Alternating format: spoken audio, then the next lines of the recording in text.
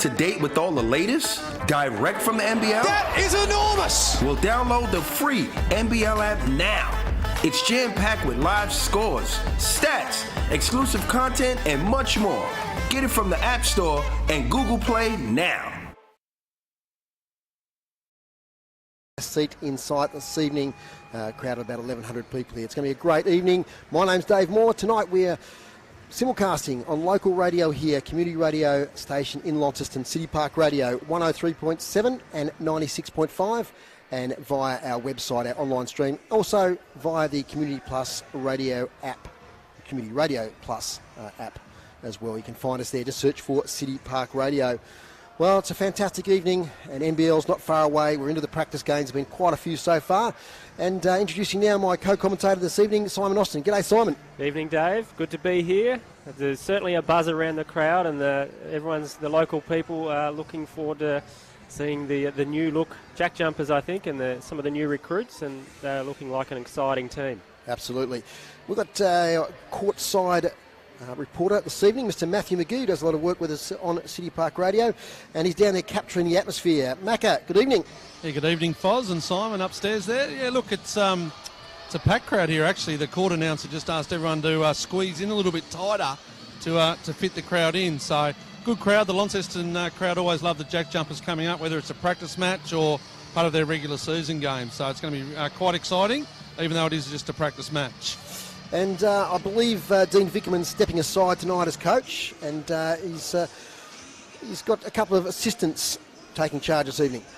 Yeah, he does. He's giving his development coaches, assistant coaches a go. So Reece Carter will be coaching, and Dave Barlow will be the assistant for tonight. Vickerman will sit back and have a look and give his assistant coaches a go. Of course, Mr. Scott Roth down there, just to your left, Macca. He's an imposing figure. He's the general, isn't he? Yeah. He's already prancing up and down and just looks a real game face on. He looks to want to set the standard early with a new squad, as you mentioned, and part of that squad tonight, really exciting, and got the biggest crowd shout down here is number 76, the local youngster, and I've watched him from basically under 8s back in the day. Lachlan Brewer will be suiting up tonight, one of the development players for tonight. So congratulations to Lockie Brewer. I know he'll be nervous, but he got a very big shout out down here. That's right, and I think Monday night, Macca, it was Joey Chilcott, similar sort of situation, so fantastic experience for those youngsters. Yeah, my word, Joey Chilcott started his basketball in Launceston and has had a long, distinguished career down the coast at Burnie, and it was great for him to get a game at Ulverston. Okay, thanks, Mac. We'll hear from you during tonight. Thanks, guys. Have a good call. No problem. Starting fives this evening for the JackJumpers. It's Jordan Crawford, Anthony Drimmich, Jack McVeigh, Fabian Krislovich and Milton Doyle. And for Melbourne United, it's Campbell Blogg, Brad Newley, Tanner Krebs, who's back in the team this evening, Ariel Porty, and also KJ Fegan. So, class in both starting fives. Simon Austin. Yeah, look, it'll be good to see Tanner Krebs get out on the floor, recovering from an injury, so he'll be probably on limited minutes tonight, but he's been a bit of a prize recruit for Melbourne United, picking him up from Brisbane Bullets. Former Tasmanian as well, represented Tasmania at Nationals in the under-20s, was one of the players that probably one of the best results we've ever had at a national level in a really good, strong team where they won silver medal in under-20s. So, yeah, he's gone on and is developing into a really good player. Was having a really good season last year with the Brisbane Bullets, but got an injury and missed most of the second half of the season. So it'll be interesting to see how one is recovering to unit. They're obviously lacking and missing most of their key stars, I'd be saying, with some over in Japan that's and right. Let's have a look Philippines. At those. So Goulding is over there, and Joe Lual Akul. So JLA's over there. Robert Lowe, Shayley playing with New Zealand, who had a massive win the other night against Jordan in overtime, and Ian Clark, who's here tonight, but he's just not quite ready to suit up with Melbourne United. And of course, he's a former NBL champion player with Sydney Kings. I'm really looking forward to seeing Ariel Porty. Look, he's a new star that really hit the scene big time in the NBL a couple of seasons back, and then he suffered that terrible for any sportsman Achilles injury. Yeah, and it'll be good to see how he's tracking along, and he's an opposing figure out there. And pity we don't have Marcus Lee suiting up for us. It'd be great to see him out there too, but against his old team, played with Melbourne United last year. And but yeah, look, the JackJumpers, but without Lee and Steindl and Magnay, who are three of probably their core 10 players, pretty much everyone else is suiting up, which is great to see for the local community. I'll be interested to see Milton Doyle and Jack McVeigh. They're just a little bit rusty and off their games, shooting-wise in particular, on Monday. So they'll be better for the run. I expect a bigger performance. I'm not sure how many minutes Milton Doyle will play, building into a long season, but certainly the crowd will be looking for some excitement from Milton and also Jack McVeigh. Yeah, it's a practice game, and they'll be on reasonably restricted minutes. They won't play much over 20 minutes, I wouldn't think. And it's about giving the development players and other role players a really good opportunity to play, while also testing out some of their systems and their tactics at the same time. But the coaches will also be looking for combinations that work well together.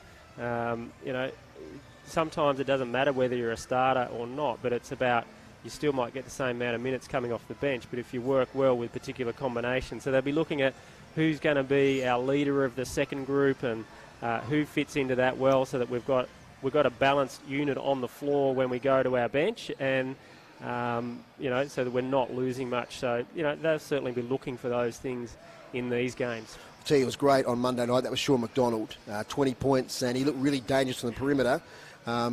Breakout season last year, limited minutes in his first season with the JackJumpers, but he's going to be looking for a big NBL 23-24. Oh, yeah, and look, you probably got to look around the league and you'd say he's probably one of the best performing development contract players in the league. And, it won't be long before if he has another season like he did last season, won't be long at all before he moves up to a full contract with someone. Hopefully it's with the JackJumpers. He's fitting in really well. Really looking forward to seeing Brad Newley tonight, the number 4 there, a veteran of 309 NBL games, an ex-Australian representative at 3 World Cups and 2 Olympics, and he just keeps playing good basketball. Just one of those durable sort of players, isn't he? Yeah, and Dave Barlow's the other one who's now moved into the assistant coaching role, but he was playing last year, was going to be the assistant coach last year, but then ended up playing. But just a credit to both of them for the longevity that they've had and the ability, their work ethic and the way they look after their bodies, and still suiting up and still providing good minutes. Some of the players, especially in Melbourne United, we've seen at NBL 1 level here in northern Tasmania. So Campbell Blogg is playing a lot of basketball with Sandringham. He's a development player. Zach Triplett, another development player, plays with Keilor. So a lot of NBL 1 really stars here. KJ Fegan, yes, of course, he played with the Knox, who won the national championship this year. Yep. So there's some really good young players, some promising players, and what I suppose United are looking for is who those players are going to step up. If injuries hit, if they need to go to their bench depth, who are the players they can rely on? Yeah, and look at, they've also got to look at, Vickerman's going to be down there looking at his whole squad, and certainly how he'd be looking as a coach 2 to 3 years down the track as well. So who are my local players coming through, who are we developing, so that we've got that resilience within our group for managing injuries, but also for when players may move to other clubs. A couple of young Tasmanians in the JackJumpers team. Lachlan Barker, former Northwest Coast boy from Somerset, and also Richards as well. Jacob Richards, from Hobart. From Hobart, and he's played with Penguin in the NWBU this year, won a premiership with them. So 2 young Tasmanians, and we love it when we get Tasmanians into the squad, build for the future.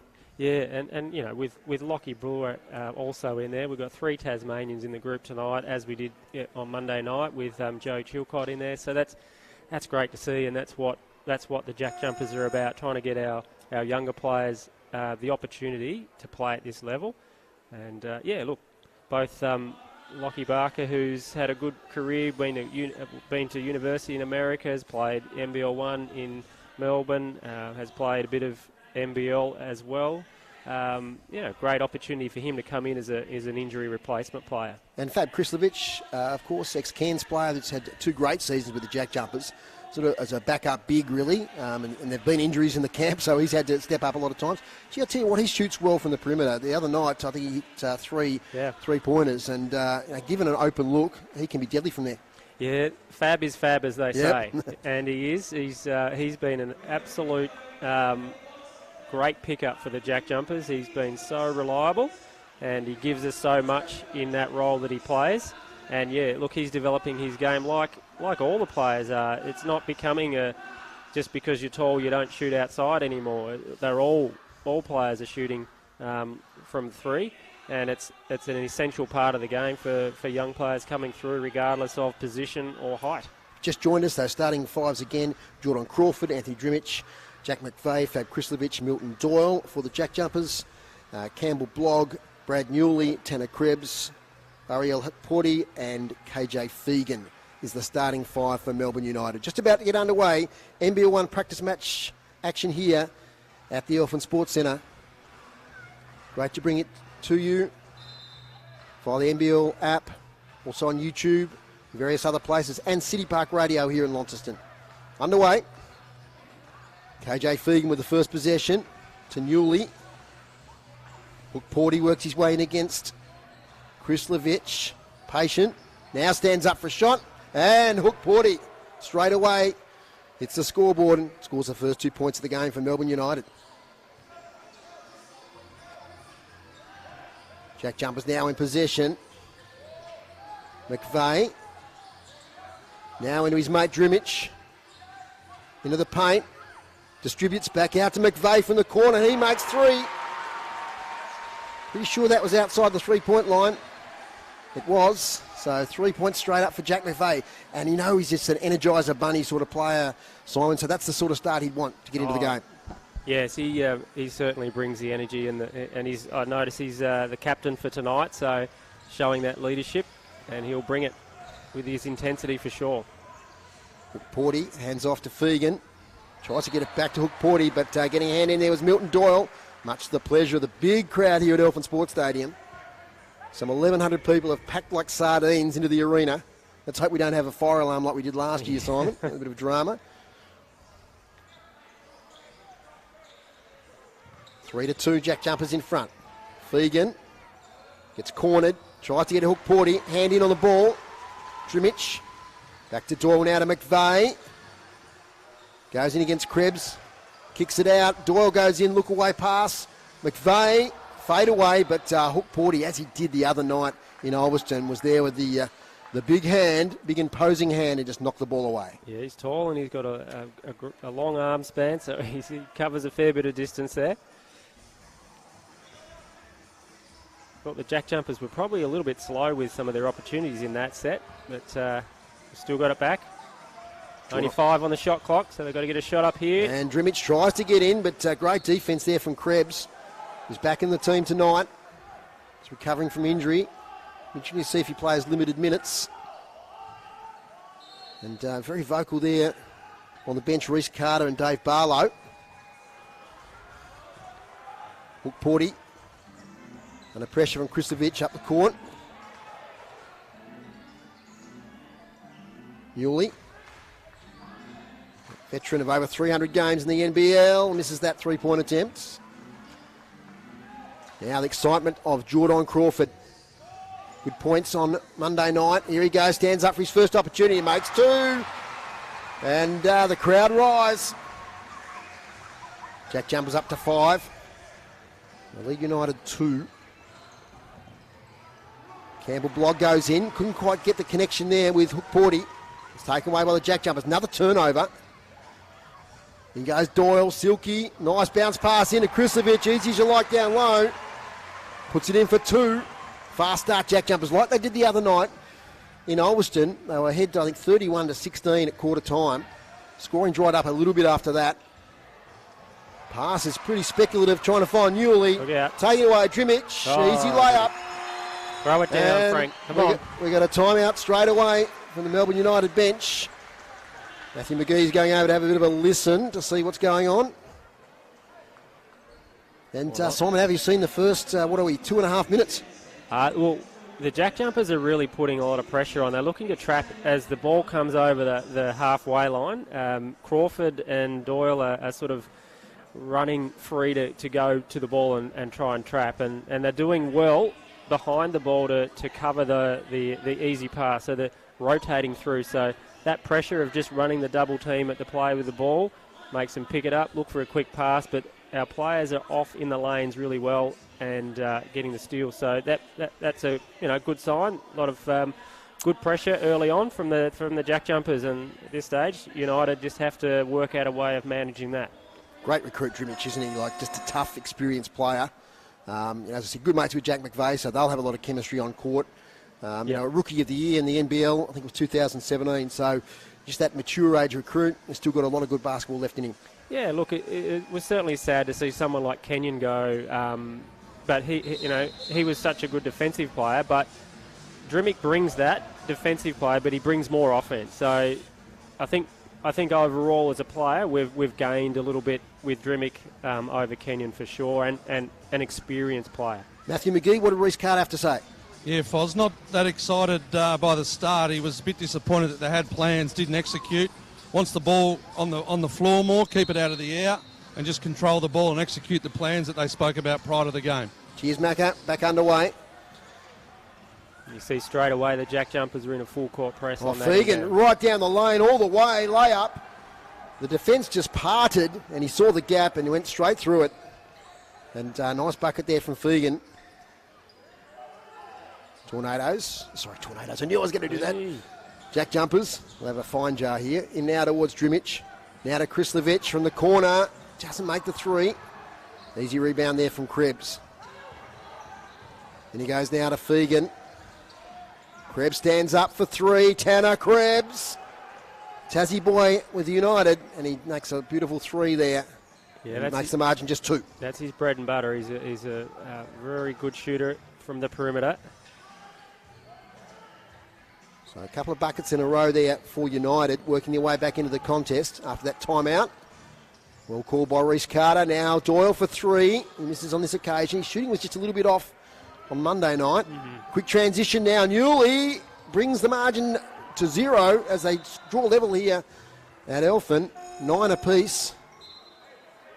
And Free just calling a stop to things. Maybe moisture on the court, I think. Not quite sure. Just a little break. We've got a substitution. That's what it is. So Hook Porty, good start to the game. Early bucket. There's a spell on the pine. So the timeout has worked wonders there for United because they've now levelled the ledger here to 9 apiece. Siding Crawford, he draws away to the corner and makes two. A little fadeaway jumper. Fantastic Jordan Crawford. That's 2 from 2 tonight. Yeah, he's got a very smooth jump shot. That little jump sideways, Simon. It was just... yeah, he's athletic. Just got the space as quick as a flash. Now with KJ Fegan at the other end. He stands up a long three from the car park, makes it. That was well beyond the three-point line from Fegan. And they've hit the front now, United. Here goes Crawford again, goes exploring, hands off to Bairstow, who gets fouled. Disappointed he didn't make the bucket, but they'll have a chance for 2 shots here. Fast transition game now, Simon. Yeah, Crawford's certainly going to cause some defences some headaches this season with his speed and his shooting ability. He's a very smooth shot and lovely jump shot. So Bairstow missed a few free throws on Monday. You want to rectify that, and he doesn't on this occasion. He misses the first. Second opportunity to level it up at 12 apiece. Jared Bairstow misses the second one. He's got to work to do at practice there on the free throws, but it's an offensive board to the Tornadoes. JackJumpers. Oh, done it again. Crawford for 3 and makes it. Jordan Crawford. Wowee. Yeah. He is on fire. He hasn't missed yet. 3 from 3. Great work there from the JackJumpers to respond. 14 to 12 now. JJ's in front. Fegan.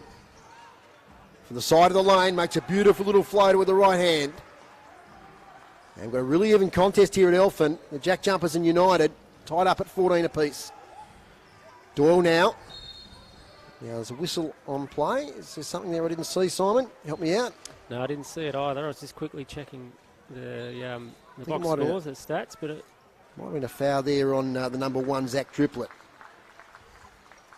certainly Fegan's, showing that he can play Yeah. at this level without a doubt. He was, a big player for big reason that Knox won the national NBL 1 championship. Play with Santa Clara and Diego State.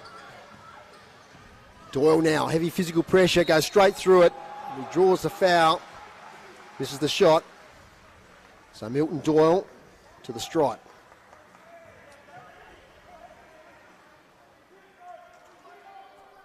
I reckon the United players a bit unlucky there. That was pretty good defence. Doyle went straight in, hit the defender right in the middle of the chest, and Doyle was just strong enough to be able to ricochet off that and still get his shot up. But Ooh, Milton Doyle has the yips here. He misses the first one, so that's Yeah, three free misses. throws. Not off to a good start. All right. There's a bit of moisture on the court there, being mopped up. Yet to commit a foul, the Jack Jumpers. 3 to Melbourne United. Hush over the crowd. Milton Doyle makes the second of the free throws. Well, it's a battle of the point guards here at the moment, Dave, with Fegan and Crawford leading the way with 7 points each. Working up the court now. Bowen. Boom. Oh, beautiful move there by United. And Malith Machar makes the big dunk. And then we've got a foul there against Crawford. So a lovely transition for United. And brings the crowd to life there with Malith Machar, the number 9 there for United. Slamming it home.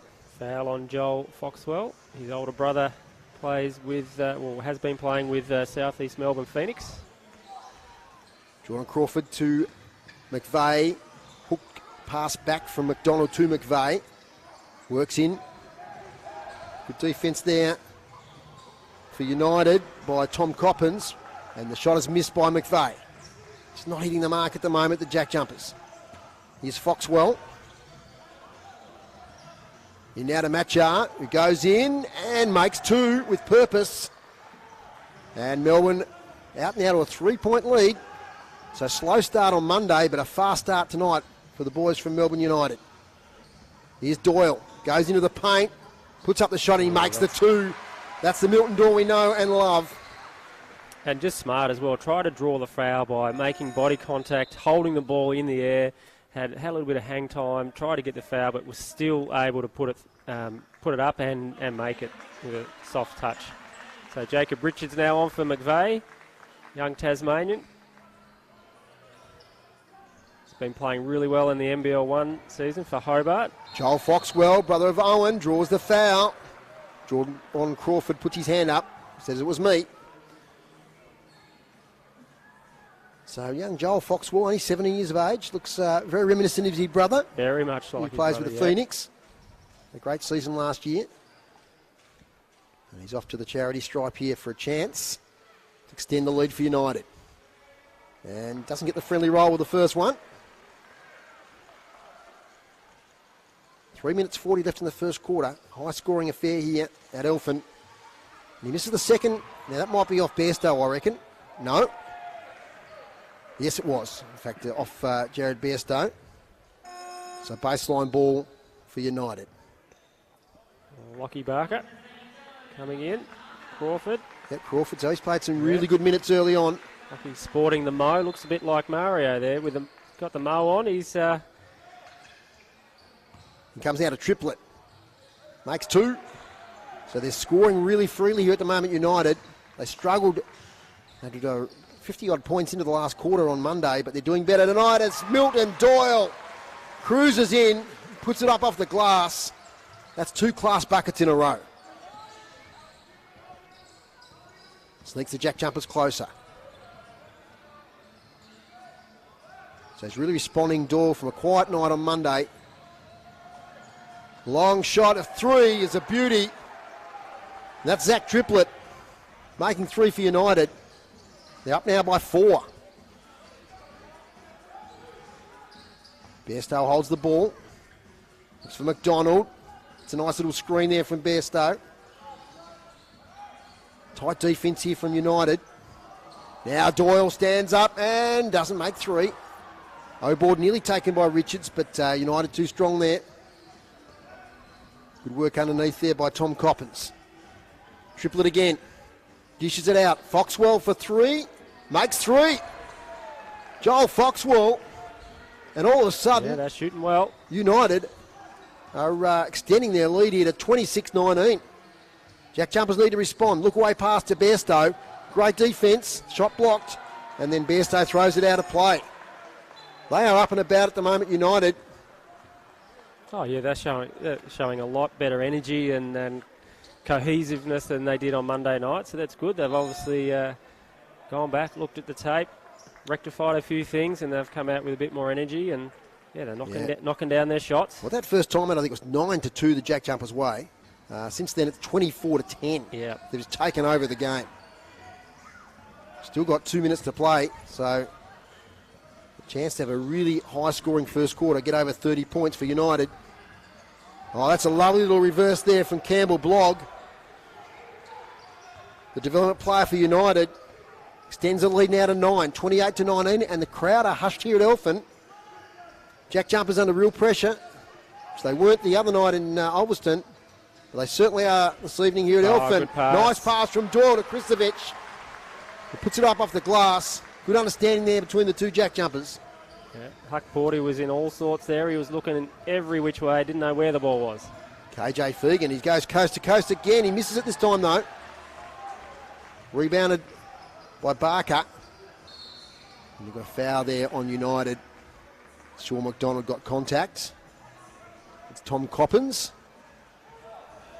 And what's that? It's 14 fouls now for United. No, up to 5. So 5 shooting.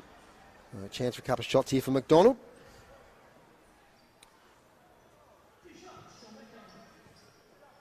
So he hasn't hit the scoreboard tonight, Sean McDonald, through the first quarter. Chance to rectify that as he calmly makes the first.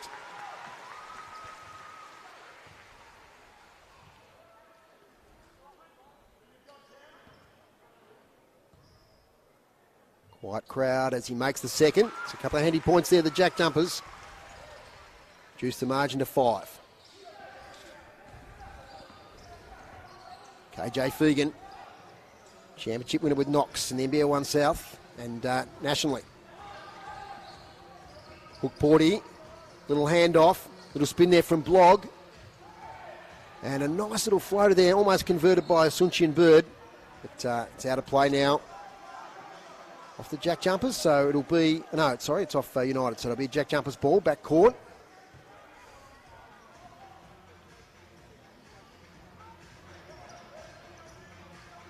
Inbound now to McDonald. Feeds it in to Krislovic. Doyle looking for some space, he gets some now. Goes down the lane, left-handed, layup, just off balance when he released. Didn't get close on that occasion. Fegan has been so busy in this first quarter. Into the paint he goes. Geez, class, but he misses his second bucket in a row. I reckon we'll get a jump ball situation. Yes, says the referee. And I think it might be a Jack Jumpers ball with a possession arrow, which we can't see from our position here. It looks like it is. Looks like it will be, yep. Just 40 seconds. 40 seconds remaining. Yeah, it's been a real action-packed first quarter. Couple of possessions left in this. Here we go to Barker. He might go all the way. Little feed off to Kristovic. Thought about the shot. Now to an open player here in Richards. In he goes. Classy Jacob Richards. Good work, Jacob. The Hobart Charger. That'll lift his confidence and just brings the margin back to 3. Probably with 1 play left each in the first quarter. Yeah, the Jack Jumpers should get another possession here. We'll have about 4 seconds. In goes Fegan. And we've got a offensive foul. I think that was against the Sunchian Bird. Yep. Off the ball. Moving screen or legal screen. Yep. Wasn't set. Part of that was also Fegan went a little bit early. So it caused his defender to move into the screener who wasn't set up ready to go. So 7 seconds for the Jack Jumpers to maybe draw level if they can sink a triple. Here it is. Jacob Richards. Not close on this occasion. It's a long rebound. So that's quarter time here at the Elephant Sports Centre. And at quarter time, it's United 28, leading the Jack Jumpers 25. So I don't think Scott Roth will be that impressed. I think Matthew McGee's going to go over and have a little bit of a listen to Scott's chat to his players. But they started pretty well, 9-2. Reece Carter called that timeout, and then from then on, really, United took control of the game. A little bit of a comeback at the end there to the Jack Jumpers. Yeah, the Jack Jumpers were solid. I think their defensive pressure sort of dropped a little bit through after that timeout, or more that Melbourne were able to manage that pressure a little bit better, and probably also really that Melbourne started hitting their shots. The 4 of 5 from the 3-point line, so 80%. So that's a pretty high percentage. Not a high volume, but high percentage. So that probably won't continue.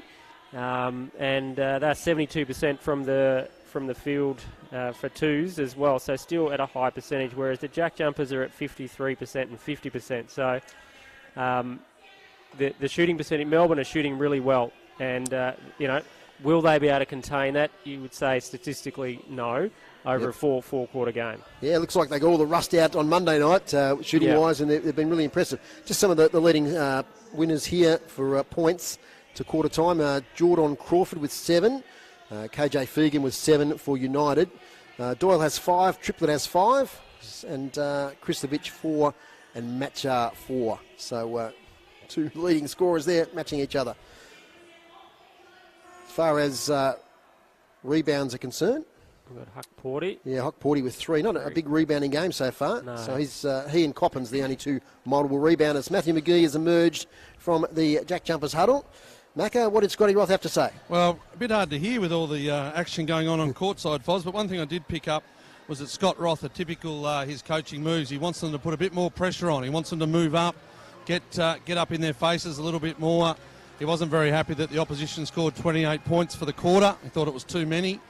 Interesting that Krislovic and also Milton Doyle took a lot of the leadership initially while the coaches were having a chat. So those 2 taking the leadership role on while the coaches were doing their thing. But yeah, really hard to hear. But since that first time out, it was a really good comeback, wasn't it, from United, as you boys mentioned, to be able to score that many points from there. But yeah, once again, really good atmosphere down here. These big boys, I tell you what, they take this court up, don't they? It's strange to think that they play on such a small court, it seems, with such big blokes on the court. But we're underway. Back to you guys. Cheers, Macca. As KJ Fegan has the ball. Start the second quarter. And he goes again, 7 points to quarter time. Into a Sunchin Bird. Spins. Nice little spin move there. Puts up the 2-point attempt and misses. Easy board there to Krislovic. Richards, and just lost control of the ball there. Well, in fact, no, it's a foul, beg your pardon. Yep, that's why he lost control of the ball. Foul against Brad Newley. So side ball for the Jack Jumpers. I think if the ref wasn't right there, probably wouldn't have been called a foul, but because he was right there, he saw it, yeah. McDonald darts away. Nice little handover there to Krislovic. Back to McDonald, weaves his way in. Oh, nice little look away to Krislovic, but there might have been contact there, was there? Yep. Late call. I thought they might have got away with that. Yeah. A Sunchin Bird there, the number 60, wasn't real happy. But late whistle. But it will be a couple of free throws here to fabulous Fab Krislovic. Yeah, I'm noticing Dean Vickerman might have taken the seat aside to let his assistant coaches go, but he's not staying out of the game. No. He's up on almost every call and calling out and giving his players some feedback. So probably the referees a little bit as well, but he's certainly invested in it. Another Jack Jumpers free throw missed there from Krislovic.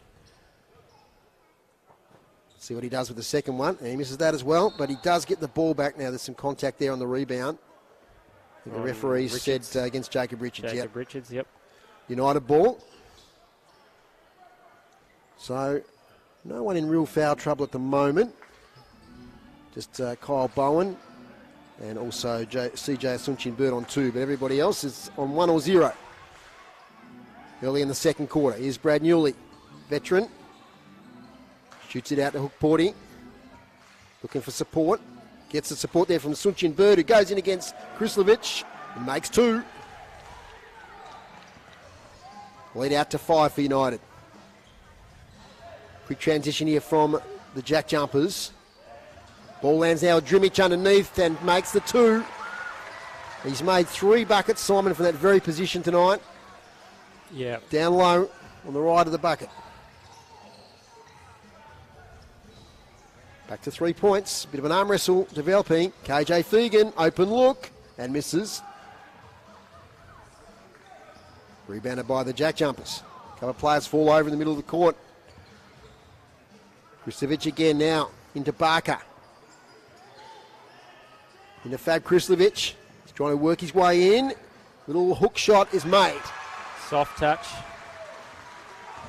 2 points. Krislovic, margin back to 1.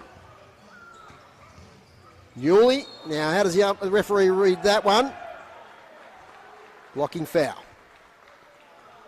Feet weren't set. And we've got a couple of shots coming up.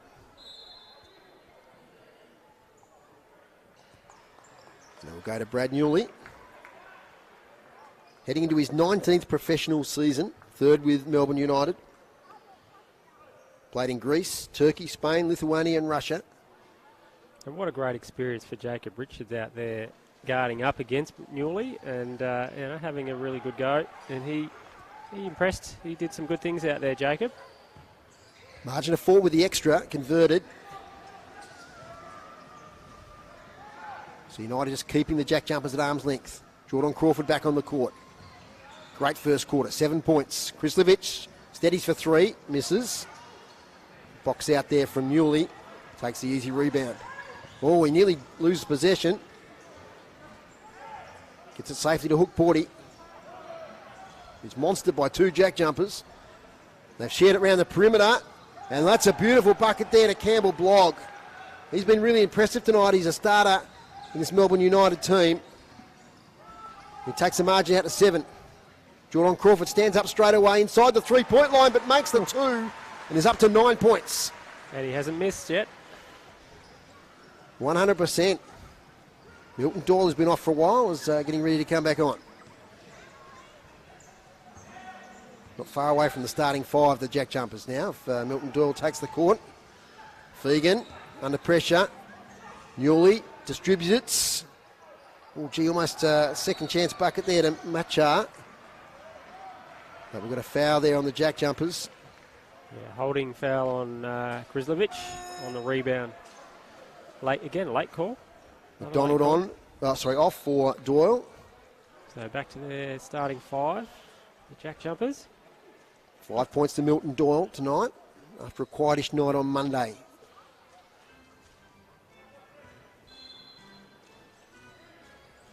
Inbound from Fegan. Oh, tries a little pass over the top. Couldn't find Machar. The JackJumpers take it away. Oh, standing up is Crawford. He's missed one. But the O board is taken by Drimic. Athletic 3-point attempt there from Crawford. He's in under again. This time it's out to McVeigh. Drimic, that's a great offensive board. He came from nowhere. As the McVeigh shot missed, he flew in. He's given it to Doyle, who goes into the paint. Can't get a shot away. Now he turns. Got pressured on the shot. Another O ball. That's 3 in a row for the JackJumpers. Doyle again with another opportunity. Makes the 3. They got there eventually, the JackJumpers. Persistence brings its rewards and brings the margin back to 2. Shows you the value of just crashing the offensive boards and getting extra rebounds, opportunities. And that's trademark Anthony Drimic there. He's got it again. Oh, he hooks it back. Does it well, though, as he gets it to Crawford. It's Doyle again. It's Doyle again. 2 in a row. The other side of the court this time, on the right-hand side. Lighting it up here at Elfin. And the JackJumpers all of a sudden, with back-to-back triples, are in front. 37-36.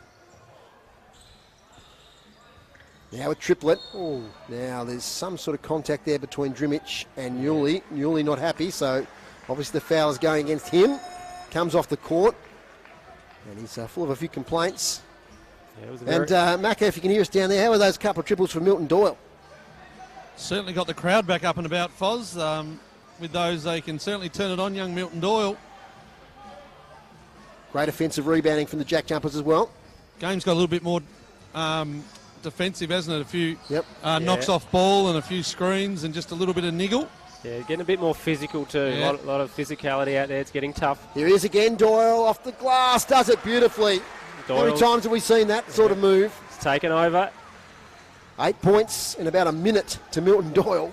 5 minutes left in the half. 39-36, the Jack Jumpers lead. Foxwell. Now to Coppin. Gives it up now to Crawford though.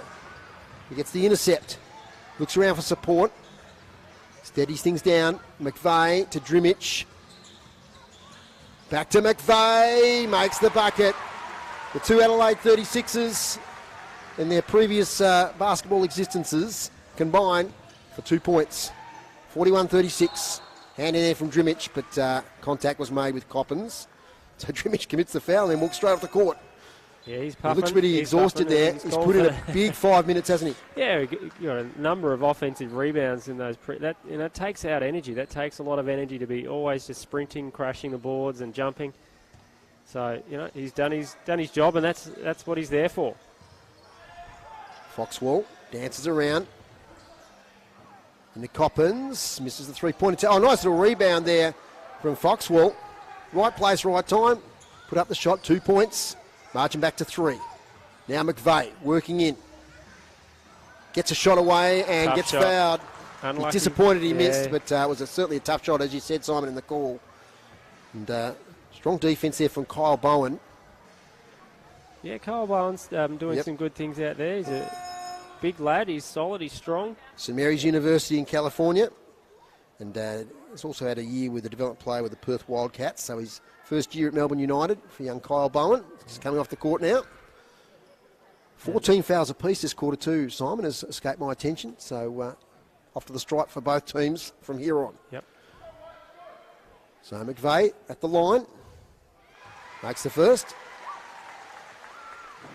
Great game of basketball this, Simon. And I tell you what, the crowd are getting their money's worth for practice game. It's been played with really good intensity. Yeah, it's much better. It's certainly good that it's a competitive game. That it's closer. Absolutely. As McVeigh makes the second. Richards comes on the court to replace McVeigh. As good as it is for the Jack Jumpers to get a good solid win, Monday night's game was lacking Yes. a little bit. I think that. Well, it was over at quarter time, really. Yeah. But tonight, it's certainly game on. So Krebs back on now. He's had a bit of a rest. Young Joel Foxwell. He's hit the scoreboard a couple of times, impressively. Now we've got Krebs there. Now he's gone straight over to the referee. And he's pointing. He's got to be careful here. Contact on Jordan Crawford. My eyes are in a different spot, Simon. Did you see that one? Yeah, I think the referee's made the right call there. Yep. I don't think Krebs didn't demonstrate that he was clearly set. Again, sometimes it can be the guy with the ball going too early, and it makes the defender look like they're out of position. Jordan Crawford. Nearly lost High it. dribble. Nearly did lose it. But, does everything but make the two. Not a friendly roll. Rebounded by Hook Porty. Support from Foxwell, who charges up the court. Distributes to the corner to Krebs. Nearly makes the three. Great rebounding there from Coppins. Another shot up by Foxwell. Well done, Richards. He's Knocking knocked that it out though, but not to the Jack Jumpers. straight to Triplet. He gives to Foxwell, who gives to Krebs. He's an angry ant at the moment after that last call, and he makes two. And he has a word to the another referee afterwards. Oh, a little steal away here from Crawford by Foxwell. Good period here for United. Shot goes up, and it's 3 points to Zach Triplet. Scores a triplet and gets himself up to 8 points. Ties it up. 43 each. Great game of basketball here. 3 minutes still left in this first half. Both teams on 43. They could have 50 each at half time at this rate. Off it goes now to Coppins. Hand off to Krebs. Stands up, shoots, falls over. Referee said it was a bit of a flop. Foxwell puts up a shot that gets intercepted there by Richards. And I'll tell you what, some tired players at the moment. There's a bit of intensity in this game. Yeah. Richards to McDonald. Quite not on the scoreboard. Can he rectify that? No, he can't. He misses the two. Krebs now off to Hook Porty. In he goes. It's used his size advantage and draws the foul there. Jacob Richards was last man standing in front of the awesome figure of Hook Porty. Was charging straight at the bucket. Yep, takes a brave man to step up and Absolutely. take that. And Selfless. He did. He took it, and at least he contested it. And he's got Hook Porty's got to earn it from the stripe. It's a high intensity game. The teams have got a couple of weeks off to the blitz. I'm sure they'll do a lot of hard training in the interim, but Well, I think last chance for a hit out before the blitz. But I think it just shows you the difference between, like, you can, and no doubt they've all been doing their fitness and pre-season training, but you get into a game and it's a whole different level. Absolutely. And it's a different level of intensity, which is so hard to replicate in training. Well, Porty makes the first and regains the lead for United. They're led by 3 at quarter time. Might have a little bit of moisture on the court here. Just a bit of a hold up.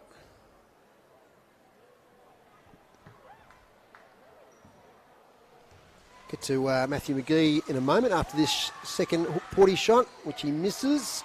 I'll just wait for the next little stoppage here as they're going to take it away, the Jack Jumpers. Doyle now to Richards. Into Krislovic. Oh, nice understanding there with Doyle. Ooh. He's thinking about the jam, but he just lays it in. Yeah. Great bucket by Doyle. Macca, what do you got for us? I was just going to ask Simon why they had that little break there, but playing a practice match, the Jack Jumpers without their 2 big tools, it'll be interesting to see how they structure up when they get them back. Steal from Crawford.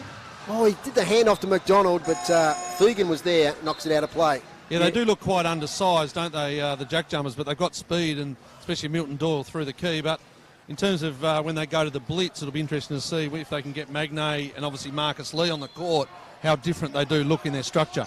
Yeah, I think it'll really be that Lee will just come back in and play Krislovic's minutes, and he and Krislovic will sort of be subbing in and out for a while. From the corner, McDonald makes 3. He's been waiting for that open look all night, as Sean McDonald, and he took full toll there, and the Jack Jumpers sneak back in front. 48, in fact, they were already in front before that, 48 to 44. Yeah, good Off defense, hands there. Jacob Richards, well done. The young rookie on the old veteran. Catching up with co-CEO of the Tasmania JackJumpers at half-time, Jorik Chivers. Talk about the long off-season.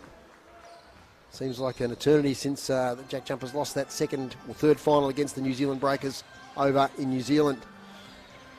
Hook Porty. Little handoff now to the top to Newley. Oh, getting in the way there was Doyle, as the pass was meant for Krebs. He goes into the paint and puts it up. Doesn't quite make it. He got a bit too far into the bucket, I think. But O'Board here for the Jack Jumpers. Crawford, just a little sidestep. How is that? Jordan Crawford! Oh, the crowd are going to love him this season.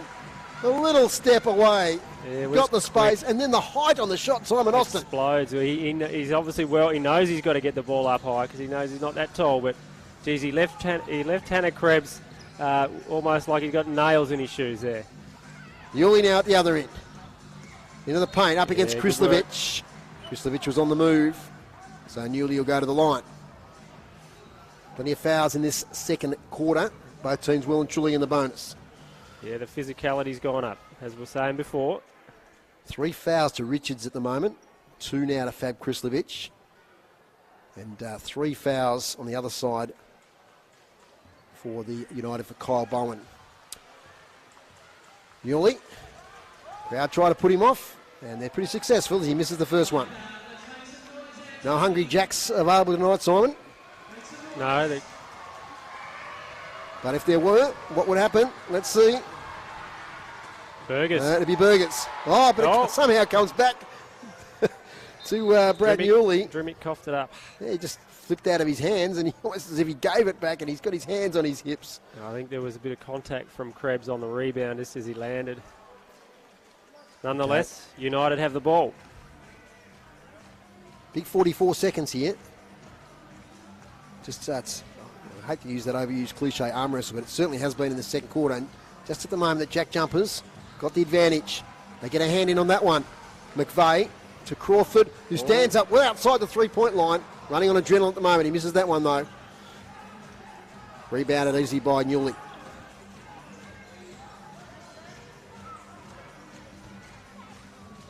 Fegan sums up his options. Kicks it out. Newley. Further on out of Blogg, who's been really impressive. Hook Porty. Long left-handed pass. The open player is Fegan. He misses the three-point attempt. Kristovic takes it away. 12 seconds. We'll have to do a quick transition here, Will, the Jack Jumpers. Yeah. Hold it up slightly here to Doyle. He's going to run the clock down for that last shot. And here it is, Milton Doyle. Yes! Should have been goaltending anyway because they hit the board and it was moving. So scored it, made it. What a way to finish the quarter, the Jack Jumpers. They lead at half-time, 52-44. So they scored some 27 points to 16 in that quarter. So after trailing by 3, they now lead by 8. As the players go off the court, Matthew McGee, what an exciting first half. Really high scoring. Yeah, it was there. Jack Jumpers obviously outscored Melbourne in that quarter, keeping them, 26 as they went there. So, yeah, look, it was, what was that, 16, wasn't it? Something like that. You do the maths, Foz. 16, yeah. 16, yeah, it was. 28 28, yeah. at the quarter and 44. So a lot more defensive quarter, but gee, Milton Doyle threw that key. Simon, you probably watched him a bit more than me, but is that something we saw him do last year? Just keep going and cutting in there and attacking the basket? Yeah, like he's really smooth at getting to the hoop and getting on the rim, and he's a really strong finisher too in the air, so... That's his game. He'll either slice through the key like that or he'll take the three. He's definitely doing that. But, yeah, no, really good atmosphere down here. The half-time entertainment's going to start. The pizzas have arrived down here, lads. I don't know if I'll get a nibble, but geez, they smell good. Well, you better turn around and grab one because they'll go pretty quick. Thank you, Matthew McGee there on court side here. We're going to take a 1-minute break just to catch our breath. We've got a special guest at half-time, the co-CEO of the Tasmania JackJumpers, JackJumpers. We'll be back with him after these messages from City Park Radio. 1 minute, mate.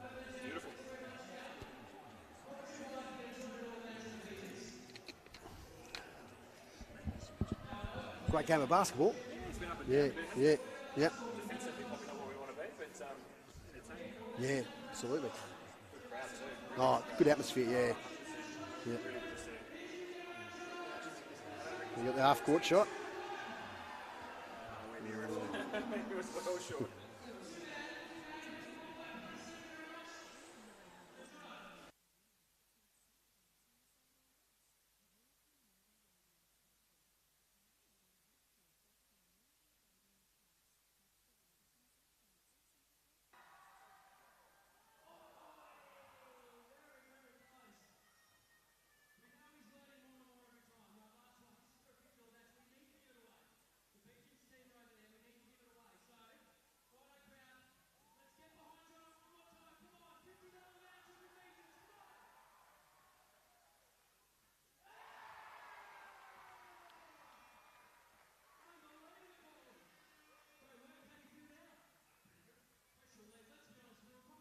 Welcome back here to Elfland Sports Stadium. My name's Dave Moore with Simon Austin, Matthew McGee, and a very special guest at half-time. I'll introduce in just a moment. I've been neglecting giving the leading point scorers in the game, but certainly Milton Doyle with 17 points to half-time and a whole bucket load of points in that quarter, leading all comers at the moment. Jordan Crawford on 11 at a big first quarter with 7 points.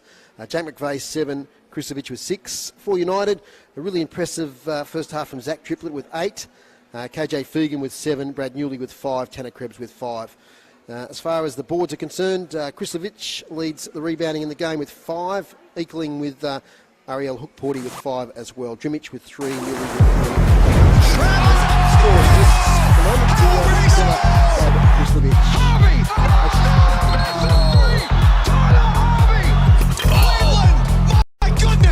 Welcome to my world. My goodness gracious me again! And he flies! You've got to be kidding me! This is incredible! Wow.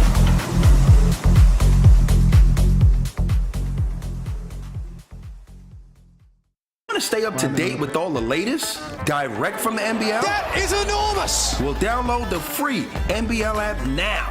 It's jam-packed with live scores, stats, exclusive content, and much more. Get it from the App Store and Google Play now.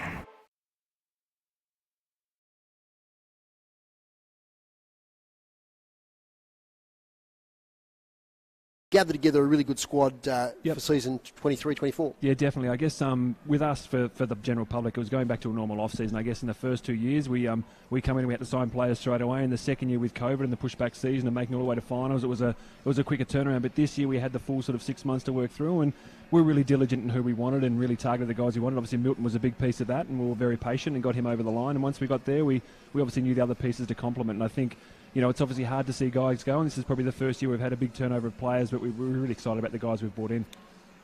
Yeah, and I guess if you're looking at it, who are some of the things that what were the things that you were looking for? Yeah, for us, I guess outside scoring was something we wanted to help out with, and obviously have another scorer off the ball with Milton. So obviously that's why we sort of brought Jordan Crawford in and Anthony Drimmick as well, yep. and obviously we've got Junior Madud as well, who's not with us at the moment. He's at the World Cup, but Yeah. Another guy that's athletic and can score and young, and then. With the big, obviously with Marcus, something we were exposed on last year is having another big body around the rim, and obviously we've got Will, but to have someone who can back him up, and then it gives us that versatility where we can go small with Fab, who's playing well tonight. But we've also got Marcus in there, and then when Will's back in a few weeks, as well. Will Magnay as well, so we can sort of tackle those teams and sort of throw a line out that suits the environment and suits what the game's throwing at us. Off-court, membership has just gone through the roof again. Yeah, really there's good. so many positives there, isn't there, as far as the support for the team? Yeah, I think that we've done a great job of connecting this whole state, and we really feel the support and the love when we're up here in the north. But it's it's a lot of hard work from our team in the background, and obviously Christine runs point on all that stuff and done a great job getting lots of commercial partners in, which means we can go out and sign the players that we want, but also connecting with the community, which then means we have full memberships. Like we're sold out in the south, and I think. With the renewals of tickets, I think there was only 30 seats that come back, so we've got a huge wait list, which is amazing for us. And also up here in the north, I think there's only a handful of tickets left for our 2 games up north as well. So it's really humbling that we've got so much support, and we're really excited to have so much support around the state. Is there the ability to expand My State Bank Arena?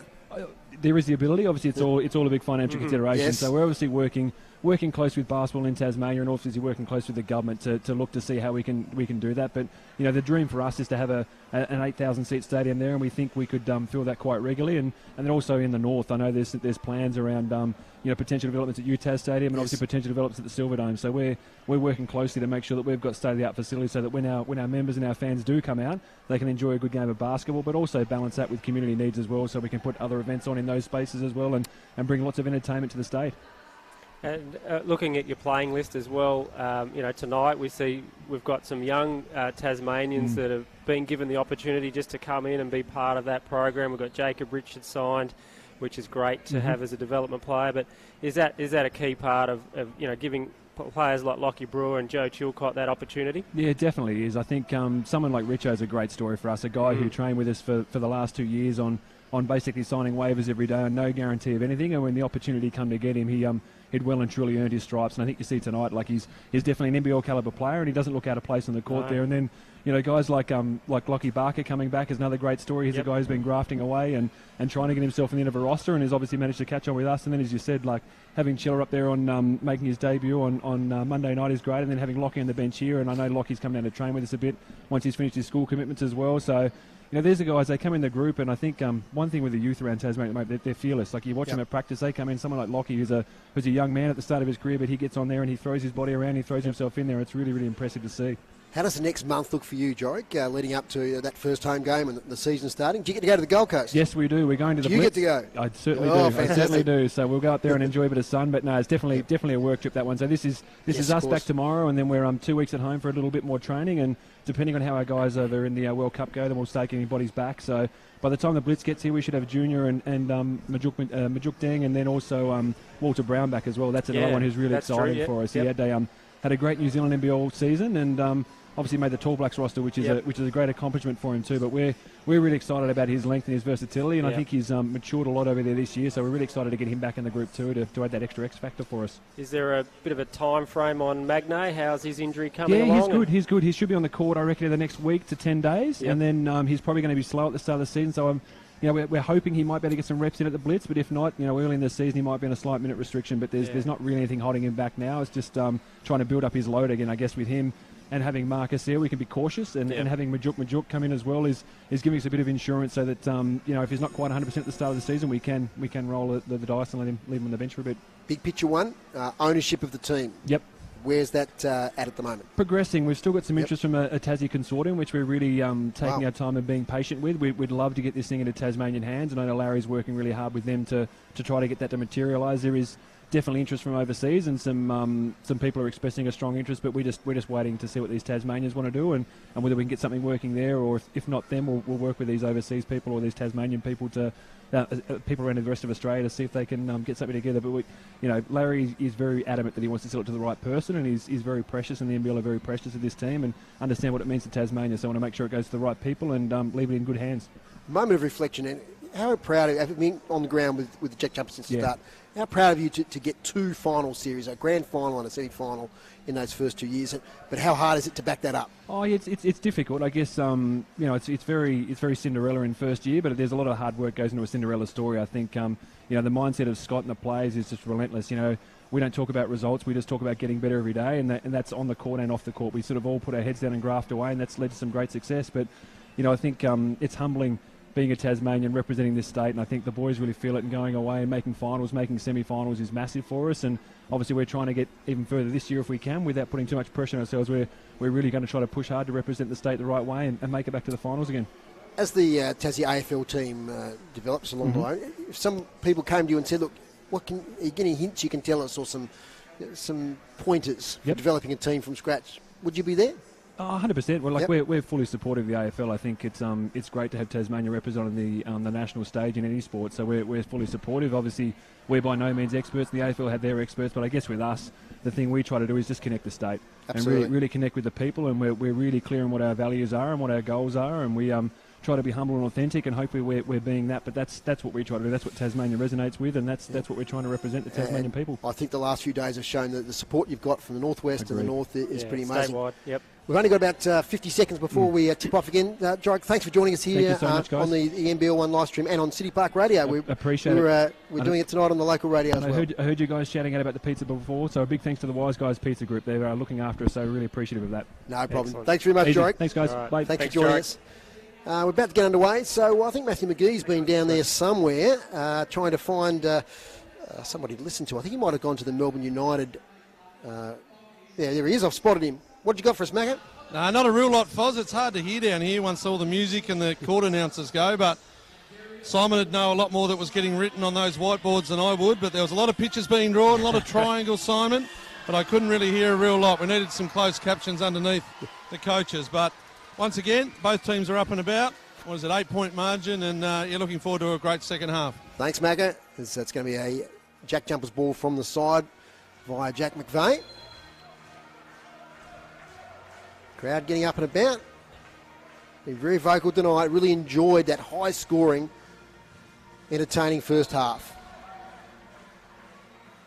It's knocked out of play by Brad Newley. The Jack Jumpers ball with Jordan Crawford, who that bucket towards the end of the second quarter. That will be on highlight reels, no doubt. We've seen his highlight reels from Turkey. Yep. And that was as good as any of them. Absolutely. He's a scorer. Turkey League was a strong league, and he was the leading scorer, so he can certainly play. Milton Doyle steps back, mid-range, and makes 2. Friendly roll. As can Milt. 19 points 19, now. yeah. Quiet first quarter, so he's really stepped it up now, hasn't he? Absolutely. KJ Fegan, I've been trying to practice the club that Jordan Crawford plays with in Turkey. I'm going to give it a go a bit later. Good luck. There's intercepting there. The pass was Doyle. Support here for McVeigh.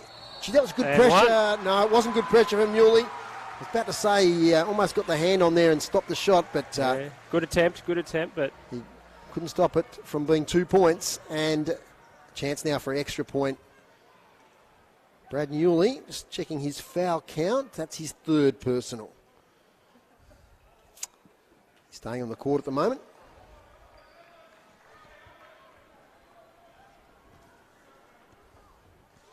McVeigh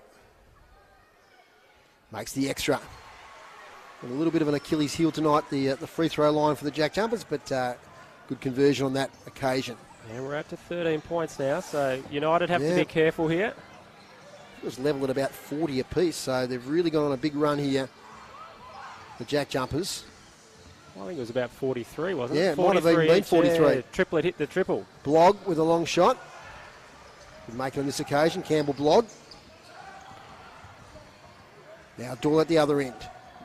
Nice little pass, connects there with McVeigh. Kicks it out to Kristovic. Into the paint goes Drimich. Look away to McVeigh. Gets to the elbow. Now out to Doyle for three. Gee, nearly got another one there. And Fegan and Drimich it is have made contact. Drimich is holding his torso. So Fegan getting the arm around there from Krebs. A couple of tough nuts there, Fegan and Drimich. Fegan wants to have a word to Drimich. There's a little bit of fire in the game. But when it's all said and done, it's a side ball here to the JackJumpers. We trailed by as much as 8 points at one stage in the second quarter. Yeah. Yeah, so since then, JackJumpers have lifted, and I think that's on the back of Milton Doyle when he came back in that second quarter, and he's sort of been very aggressive offensively. Good refereeing that, just taking their time, calming things down, and then getting play started again. Milton Doyle on the right-hand side. Works in. Hand in there from Blogg, knocks it out of play. Been impressed with Campbell Blogg, yeah, Simon. He's playing some good minutes. He's spent last year, he's a bit like Jacob Richards. He trained with the team last year. Now he's a development player. A little floater there on the left hand from Kristovic. Great little offensive set there on the end ball for the JackJumpers. Blogg loses the handle, but it works out okay to Fegan. Although diving on the ball with desperation was Kristovic. I think it's going to be a United ball from the side. And that's the defensive pressure that the JackJumpers are known for. They're scrapping, they're after it. No half measures tonight. They're taking this seriously, both teams. It's been a really good game of basketball. As we said, it's a couple of weeks to the Blitz. There's a chance for a few bumps and bruises to heal. Just get some high game intensity under their belt. Yuli waits for support. Hook Porty back to Fegan. We'll pick and roll, but it's not a good pass there from Fegan. Drimich look away. Crawford stands up for three. Jordan Crawford nearly made that one. Quick transition. Krebs has got Blogg if he wants him. Krebs goes himself with a left-handed layup and makes two. Good work there from Tanner Krebs, son of Dan. Tasmanian basketball legend. Oh, how does the referee read that one? Against Krebs, who smiles ruefully as he hits the deck. Reece Carter's asking for a review. Don't think we've got reviews in the practice matches. No. Yeah, Dan Not Krebs. with our one little Dan camera Krebs is a exceptionally good American import that came down to Tasmania and did really well. Milton Doyle shares with Kristovic.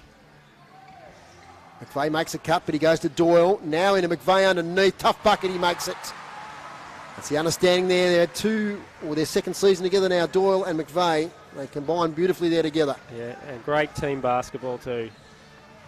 15 points. Unselfish. Doyle could have taken that shot, but he saw that McVeigh was in a better spot and gave it up. Krebs with a fake charges in. Doyle with the defence makes contact with Krebs. He walks away and concedes the foul there. So that's Doyle's second, I think. It's just going up on the board already, has it? It has. In fact, sorry, that's Doyle's first foul for the evening. 19 points, Milton Doyle, 12 to McVeigh, 11 to Crawford. And Zach Triplett with the 8 points, the leading scorer for Melbourne. Nobody in double figures there as yet. Hook Porty has a spell.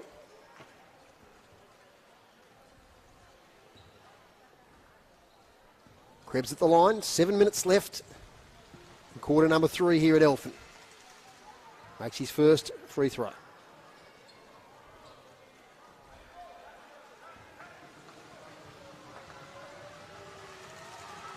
Steadies for the second. And makes that as well. Just edges them closer. 13 points the margin. Jared Bairstow on the court. Played a lot of minutes tonight. Doyle gets a stolen away by Blogg. One-on-one here with Bairstow. He's got plenty of time. Dunks it down as Campbell Blogg. Another good involvement there from the youngster. Margin 11. Crawford Dishes out to Drimich from the corner. Can't make it. O-board though by McVeigh. He's going to inch his way in there against Newley. Left-handed shot, gets contact, goes to the line for two to McVeigh. Newley, that'll be his fourth. He's certainly unhappy about that. He's come storming off to the bench here. On comes young Tom Coppins, another training player, teammate of Campbell Blogg at Sandringham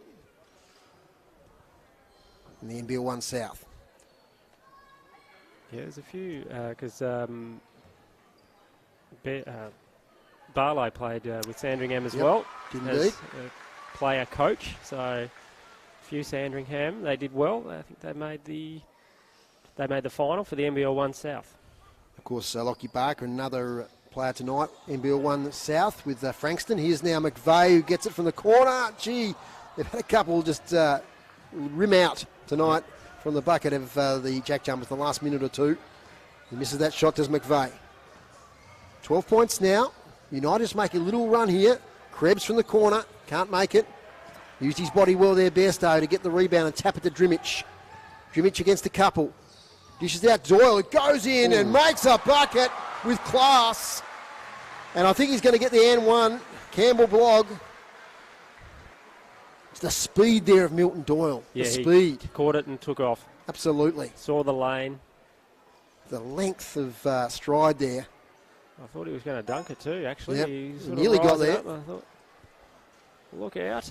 I think he was a little bit stung by his performance on Monday, Milton Doyle. It just wasn't quite on point. Really, you should say that about Milton Doyle. But gee, tonight...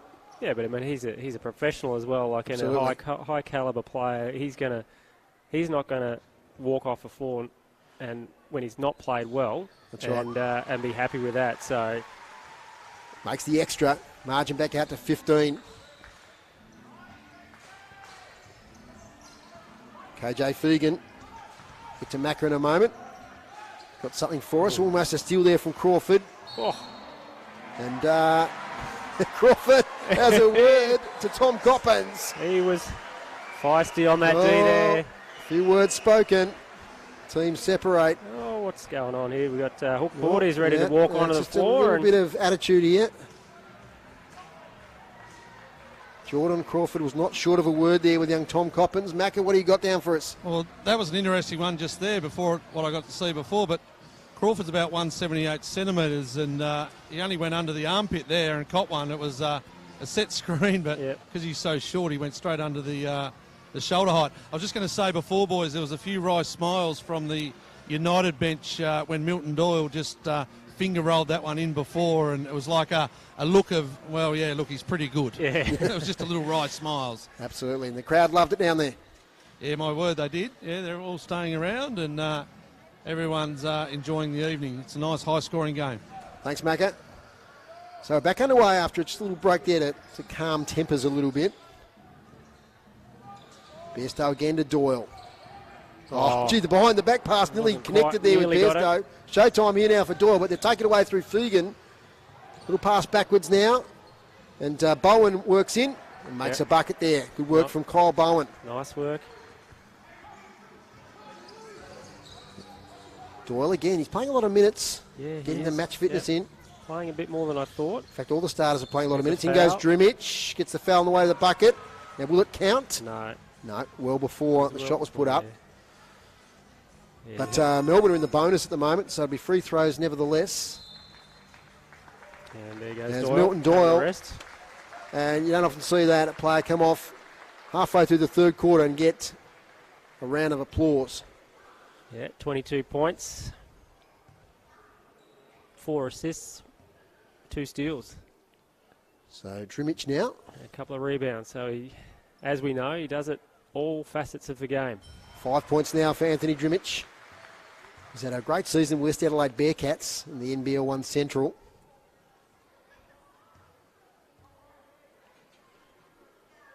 Quiet crowd. Oh, the first one's a bit short. Rebounded by Bowen. 5.5 left. Third quarter. 14 the margin. Look away pass. Coppins. Oh, that's a great bucket for Zach Triplett. He's had a big couple of moments tonight. And he's up now to 11 points. Top scorer for United. Hasn't had the most court time, but he's been effective when he's been out there. Drimich into the paint. Yeah. Lovely little layup. Given a fair bit of latitude. Well, just good ball movement that created the space, and Melbourne were off, they're out of position defensively, and it just opened it up. So good team play again by the JackJumpers. That's what their blueprint is, and that's what they're known for. Fegan. Coppins is free. Goes in and a classy right-handed bucket there. Just cruise down the lane. Just marching back to 11. Close it's been for a little while. So plenty of time left in this game. Crawford the give and go with McVeigh underneath. Hurls it out to Drimich from the corner. Anthony Drimich. And I think we might have a timeout, have we? No, just some substitutions. Foxwell, Fegan, and Lockie Barker back on, and Drimich off. They just needed that bucket time because United were just having a little run there. They were chipping away at the lead. Yep. Now it's back out to 14. And Dremich's a good shooter, we know, so he's not going to miss too many when he gets to the open look out there. Joel missed a couple before. So Foxwell to Coppins, back now to Foxwell. Underneath that to Bowen. He's going to work it himself here, I think. Oh no, taken away by Crawford. Little steal. He might go all the way here. He's got some opposition. He pulls up for three. Bang. Jordan Crawford. Just a little bit off since that big scoring run early. Now at the other end. Machar. Back to Foxwell. Lockie Barker on the court. Nice connection there with Bowen to the corner to Machar. Long attempt for three. Rebounded now by McDonald. Waits for support. Comes from Barker. Out to McVeigh to Crawford. Crawford, little one into McVeigh. Great defense by Bowen, who goes down hurt. Now we had a whistle on play. I think he's calling offensive. Yeah, offensive against McVeigh. And Kyle Bowen there really hit the deck hard as McVeigh was charging towards the bucket. Crowd give him a round of applause as he gets up. Playing his first season with Melbourne United, Kyle Bowen. He's had 4 years at St Mary's University. Yeah, one of the many Australians that come out of St Mary's. Yeah, it's a go-to place for Australia, and high quality players come out of St Mary's too. It's a well recognised university, a great basketball program. So, and Kyle Bowen's showing that tonight. Like you can just see he's got the awareness on the game. He's got the footwork and. Johnny Coppins. He'll fade away with the right hand. Good rebound there from Richards. Back now to Richards. Sees an opportunity, goes in and makes a nice bucket and draws the N1 from Malith Machar. Ryan Carter there not that impressed. Reece Carter. Beg your pardon. The standing coach tonight of Melbourne United. But it's a second really nice movement tonight from Jacob Richards. We know he can do it. He's done it with the Hobart Chargers this season. Yeah, look, he's growing in confidence, isn't he? Like he's had the game on Monday night and he's getting more minutes tonight, feeling more confident out there. Used the screen well, found a gap, got himself to the hoop. Played the season in NWBU with the Penguin Blues for our Melbourne viewers or listeners. Massive competition northwest of Tasmania, the Northwest Basketball Union. Gee, in goes Coppins. He cops a little bit of contact there from McDonald. 2 shots. Third team foul for the quarter for the JackJumpers. So young Tom Coppins had a good night on Monday. So the court announcer getting the crowd involved. And they managed to put off young Coppins because he's missed the second free throw. Margin 16. We're into the last 3 minutes of quarter number 3 here at Elephant Sports Stadium. Hope you're enjoying our coverage. Nice little pass. Barker dishes out. Kristovic from the corner. This is the 3-point attempt. Foxwell to Coppins. Shares with Blogg. Back to young Foxwell. Steps back for 3. Misses. Strong board there from Krislovic, who's got a fair number tonight. I think that's his 6th rebound.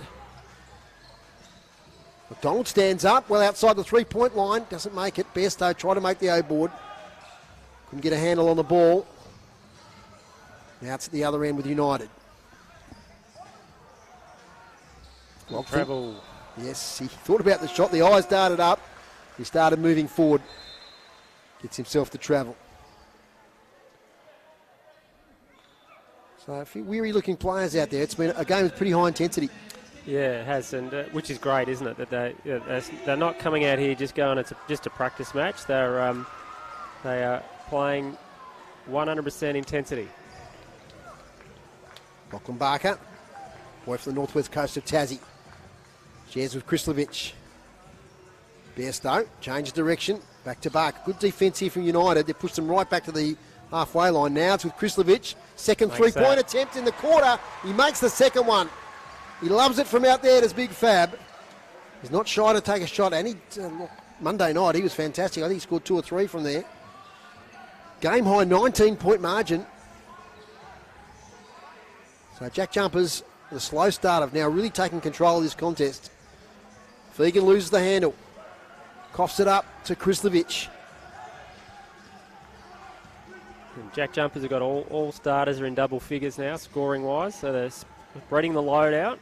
Krislovic against Hook Porty. Support from Bairstow. Great understanding by the two big fellas from the Tasmania JackJumpers. And Bairstow, his first 2 points of the night. Margin 21. Coppins look away to Blogg, and Blogg makes another 3. He's going to be a really handy player, probably off the pine this year with United, from what I've seen tonight. He's up to 10 points now.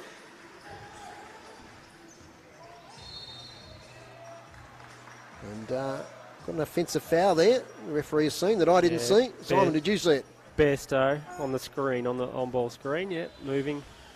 Yeah, Majuk has had a fair bit of game time Monday, so whether he's just carrying a slight niggle or something. It's the first time we've seen him tonight. As Matthew McGee, what do you got for us, mate? No, I was just going to say that, Foz. Majuk coming into the side, the former Perth Wildcats, and spent a year also over in New Zealand and 3 years at Melbourne United. So, bit of a journeyman. He's a big lad. Absolutely, and a really good backup big, I think, Simon, for the JackJumpers. Yeah, well, he's down as a replacement player at the moment, I believe, for Magnay's injury. So, how that pans out for him. But, yeah, he looked a bit rusty probably on Monday night, I thought. Fegan, long shot for 3 misses, and there he is. Majuk getting his first board. He's moving up the court. He looks like he's carrying a bit of an injury the way he's running, but... labouring slightly there, so let's keep an eye on that. Final shot for the quarter. Yep, 6 seconds on the clock. Barker, he goes now. Long shot under pressure. Nearly makes it. And that'll be all she wrote in the third quarter here at Elford Sports Stadium. Practice match action.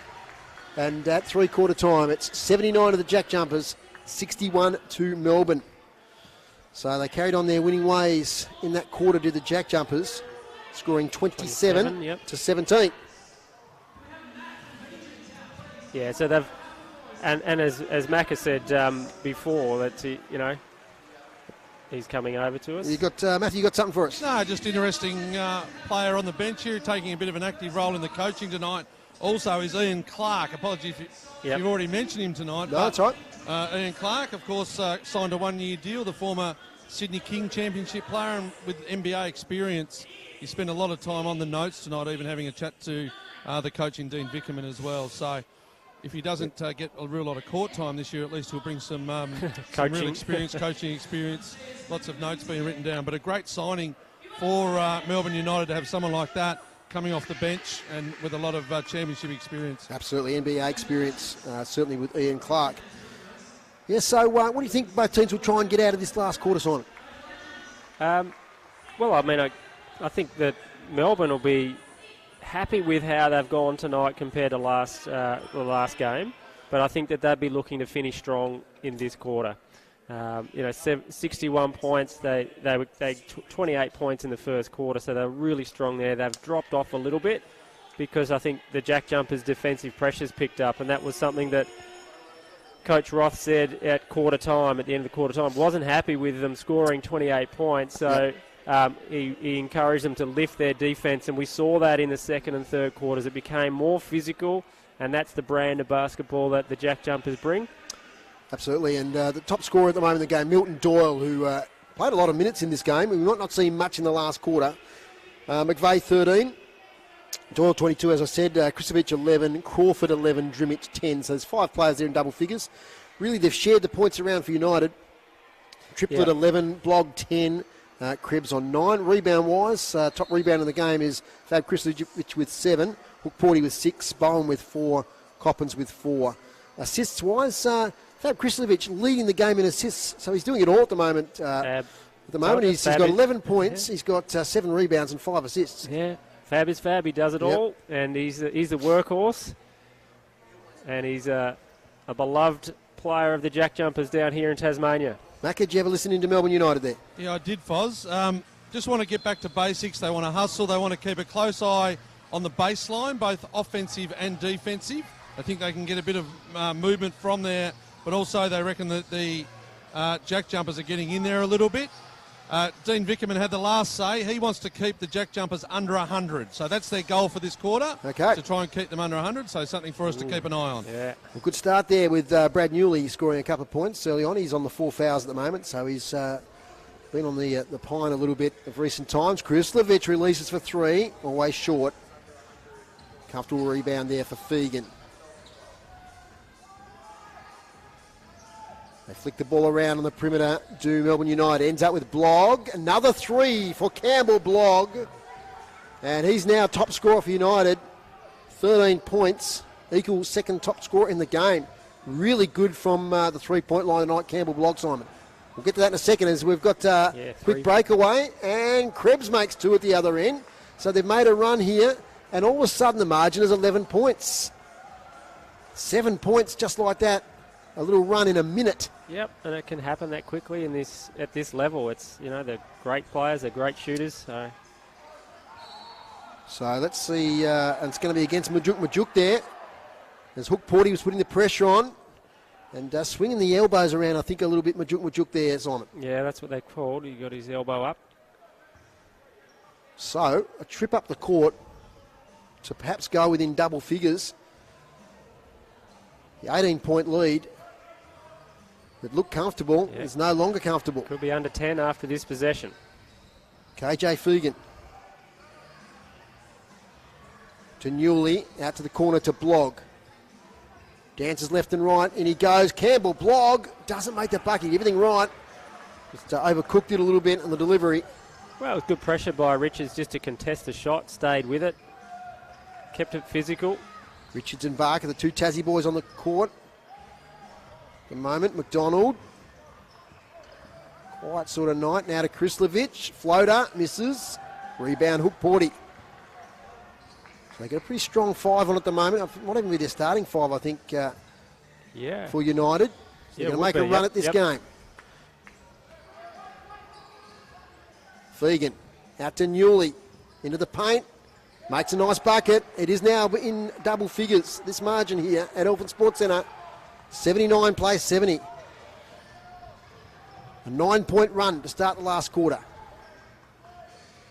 Majuk to McDonald. McDonald, floater from the free throw line. Doesn't make it. Yeah, Jack Jumpers have certainly come out a lot flatter offensively. United have lifted. A scoreless 2.5 minutes for the Jack Jumpers. Contrast to the 9 points for United as the foul is drawn there on Fegan. So they're going to the line, Melbourne United.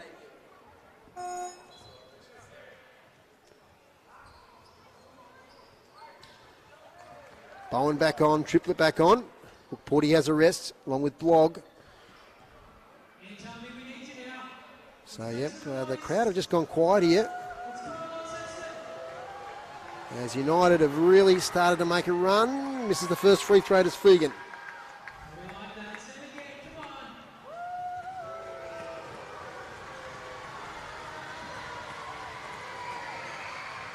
Makes the second.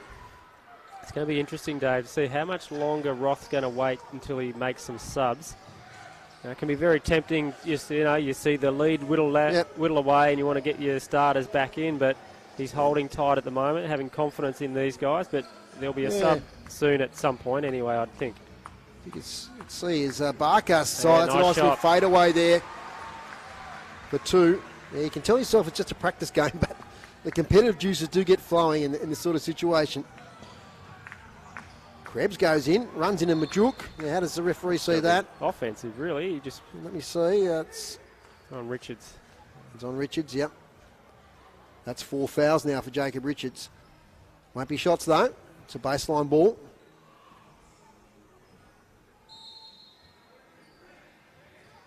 KJ Fegan inbound it.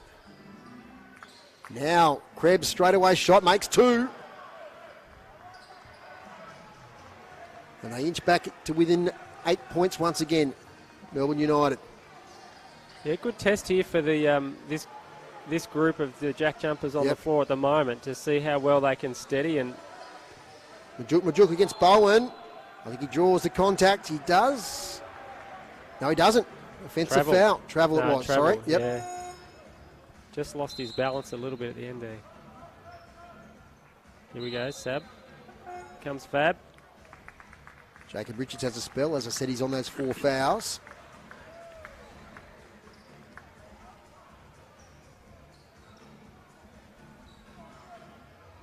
The crowd just lost a bit of energy as this is a really good fight back here from United. And an interesting lineup here for the Jack Jumpers with 3 bigs out there. Bairstow, Fab and Majuk. So unusual for the Jack Jumpers to have that sort of lineup on. Fegan from the paint, puts up the shot. Good rebound by Majuk.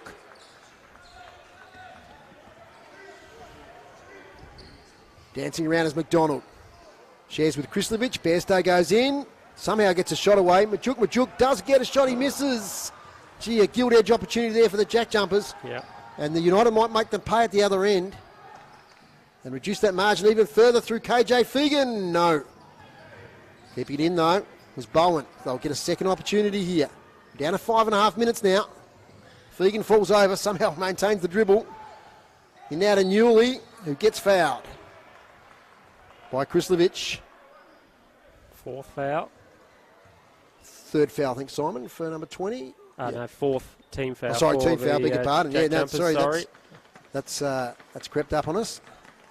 Could be pretty interesting down the stretch. Yeah, none for United. So and the intensity's sort of gone out of the Jack Jumpers offense. The ball movement and the aggressiveness offensively is not there at the moment.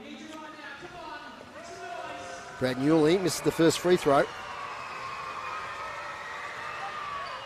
And makes the second. Jacob Richards coming back in, which is interesting. He's on those 4 fouls. He's only off the court for about a minute or so. Matthew, what do you got for us? One player I have enjoyed watching tonight, Foz, is young Krebs for Melbourne United, the Tassie lad. He plays with some real niggle, and I don't know where he'll end up in their player roster when they all come back, but I reckon Coach Vickerman will enjoy him coming off the bench, playing a real competitor, the former Brisbane Bullet. 13 points tonight to Krebs. In goes Richards. That's great work from Jacob Richards. That's the 3rd time tonight. Yep. He's taken on the big fellas from Melbourne United and made a really important bucket. Stretch it back out to 9. Under 5 minutes now. In goes Foxwell. Hands it to Newley. Now, who's that off last? I think it might have been off Bairstow last. It was. Coppins comes on for Newley. He's been pretty good tonight, the veteran. Good work out for him. Foxwell takes his time with the inbound to Bowen. Foxwell will get it back again. Thinks about pulling the trigger, but now shares it. Triplett pulls the trigger, and we can see what he's done all night with that shot. He's made another one. Has young Zach Triplett, 14 points. He's been excellent from the perimeter in this game. 6 points the margin, the closest it's been for a long, long time. In goes Krislovic. Gets the shot away, little left-hander. Experience there from Fab Krislovic. Important bucket at an important time. Yeah, and the target of 100 points is looking like a well thought out target, and they're certainly keeping the JackJumpers under that target at the moment. The target could be to win the game here still. Yeah, well, they've got a shot at it. 8 points the margin. Last couple of buckets by the JackJumpers have just steadied that. 4 minutes and change left. Krislovic thinks about it. Off now to Richards. Bairstow. Waits for support. Gets it through Barker. Out now to Krislovic. Long shot for 3. Important rebound. They get it to United. Although losing the handle there was young Foxwell. Yeah, good work, Barker. Just read that play well and got in position quickly. Affect the steal. Second chance here from Bairstow. Look away handoff now to Krislovic, who's been huge in the last couple of minutes and makes another bucket. And first time in a little while, it's back out to double figures. 10 points, 3.5 remaining. Foxwell dodges around, puts up an impossible shot, nearly makes the impossible look possible, but he misses it. And McDonald takes it away for the JackJumpers. Another bucket here to make it pretty hard for United with just 3 minutes left. Foul on McDonald there.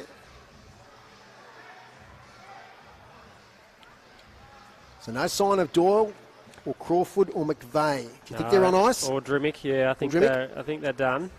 I don't think they'll be coming back on within this last 3 minutes. Maybe Lockie Brewer. Yes. Will he get a couple of minutes at the end here? A cameo? And Chilcott got a couple of minutes on Monday night. McDonald. Tough defence from Fegan. So is it a travel? It is. KJ Fegan called it himself. As he just took too many steps backwards there, did Sean McDonald. Whose night, it has to be said, is probably one that has been great. He's only scored the 5 points after a big haul of 20 on Monday night. The corner triplet again, surely not. First one I think he's missed tonight. Well, I think also McDonald's probably had a little less time than Monday night. I think Milton Doyle and Crawford have probably had a bit more time tonight. So now Fab Krislovic, I think, commits a foul there. That is his 4th now. He's going to have a rest, and because we're in the bonus, there's a couple of shots on their way here for Melbourne United. For Kyle Bowen.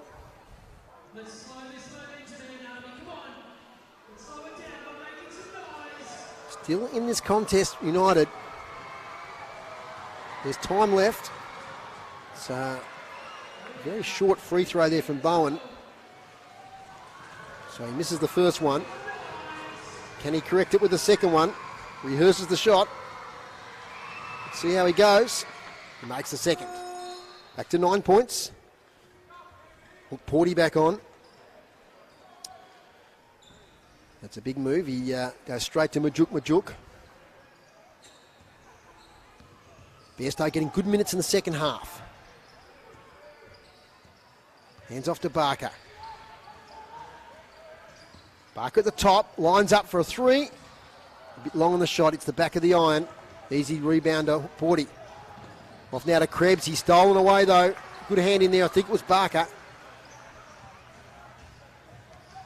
So JackJumpers now, time starting to become a little bit of the enemy of Melbourne United. Clock getting towards 2 minutes. 9 points the margin. Here's Barker again. Charges in, Lockie Barker, and makes a nice beautiful shot. bucket. Tough shot. Great season with the Frankston Blues, Lockie Barker. He's in good form. And it's timeout. Late in the game. Margin back into double figures. 11 points, 2 minutes and change left. Matthews getting over towards the JackJumpers huddle here. Get a bit of a listen to Scotty Roth. What an interesting last quarter time. I suppose we were probably giving the listeners and viewers a bit of an impression that we're just playing out time, but just that little 8 or 9 point run there at the start of the quarter just made this a real contest in the last quarter. And I'm sure Scott Roth wouldn't mind that in one sense. That's to put the players under a little bit of game pressure.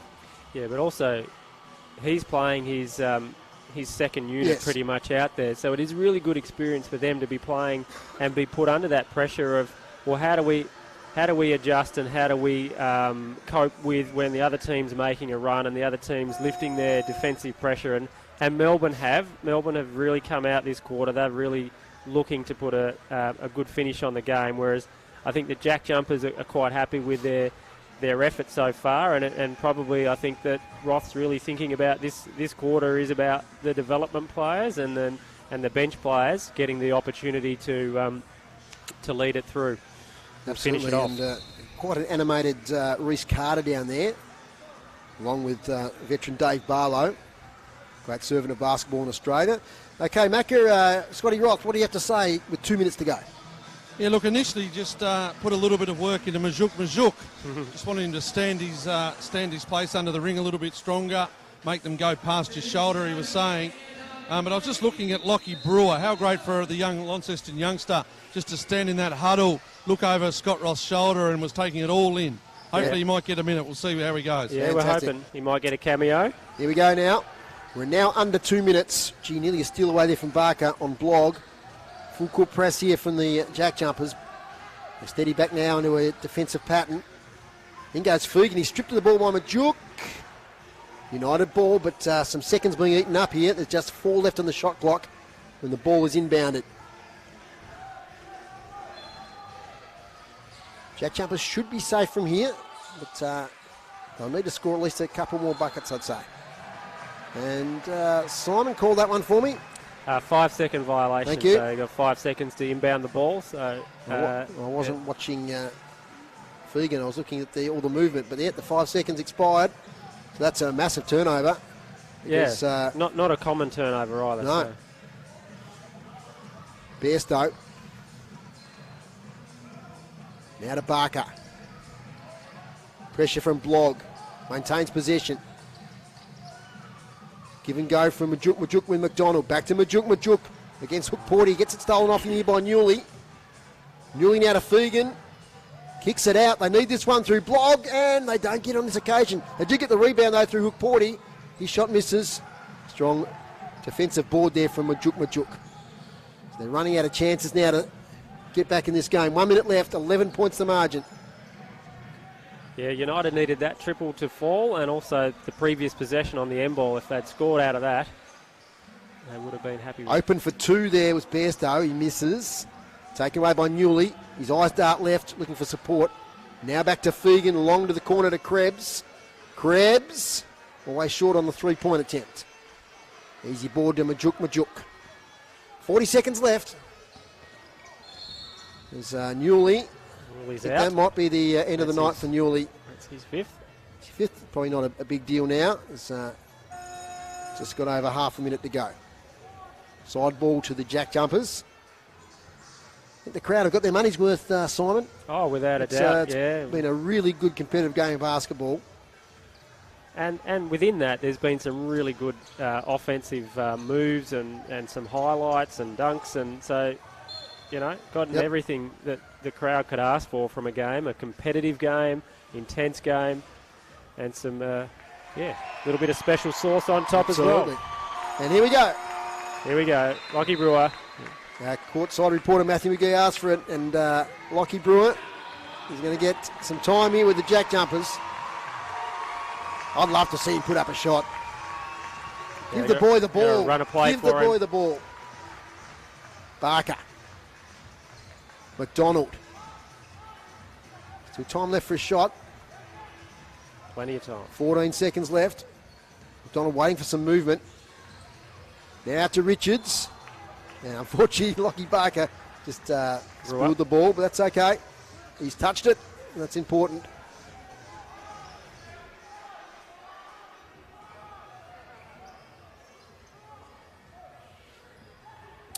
Last play of the game, I'd say. There's a miss here. I think the JackJumpers will just play it out. Shot goes up. Oh, gee, strong rebound by Bairstow. Physical to the end this game. As Tanner Krebs went up against Bairstow. They make up there with a pat on the back each. No harm done, but it's going to be a JackJumpers ball. 12 seconds now. 12 seconds for Lockie Brewer to get a shot. Yes, come on. Don't just dribble it out. Lockie Brewer, young Launceston lad. Launceston College, educated. Our best young talents. 10 seconds. And Sean McDonald was pulled up. Oh, Sean, come on. You got to get Lockie a shot. That's all she wrote here at Elephant Sports Stadium. The game is over. Great game of basketball. And it's the Jack Jumpers 89 defeating Melbourne 78 in a fantastic contest. A really high intense game of basketball. Players shake hands. We're hoping to get a bit of a word with perhaps a player or a coach. Matthew McGee's down there. See how he goes. Might get a little bit of sum up from you, Simon, and we'll look at some of the high scorers and high rebounders. That's while we see what's happening down on the court. Yeah, well, United did their job in terms of that last quarter. They met their targets. They kept the Jack Jumpers under 100. Jack Jumpers only scored 10 points, really, in that last quarter. So, and United had 17. So they won the last quarter. They lifted their intensity for a good, strong finish. And, as I was saying before, I think that overall was a really good quality game, and the intensity was there, the physicality was there, and we saw some really good passages of play from both teams, and some good individual play as well. Absolutely. So Mark Radford down there, Mac. I wonder if you could. He's coming in your direction. See if you can get a quick word with him. No, he's gone straight to the rooms. So we might not be able to get anybody. We'll wait and see. He keeps hovering there. Because the crowd here tonight was fantastic. 1,100 people. And the players now stand and applaud the crowd. They'll be back here at the Silverdome in the middle of November for 2 big games, and I'm sure they'll be sellouts. I'm sure they will be. I'll be there. So will I. Leading scorers in the game.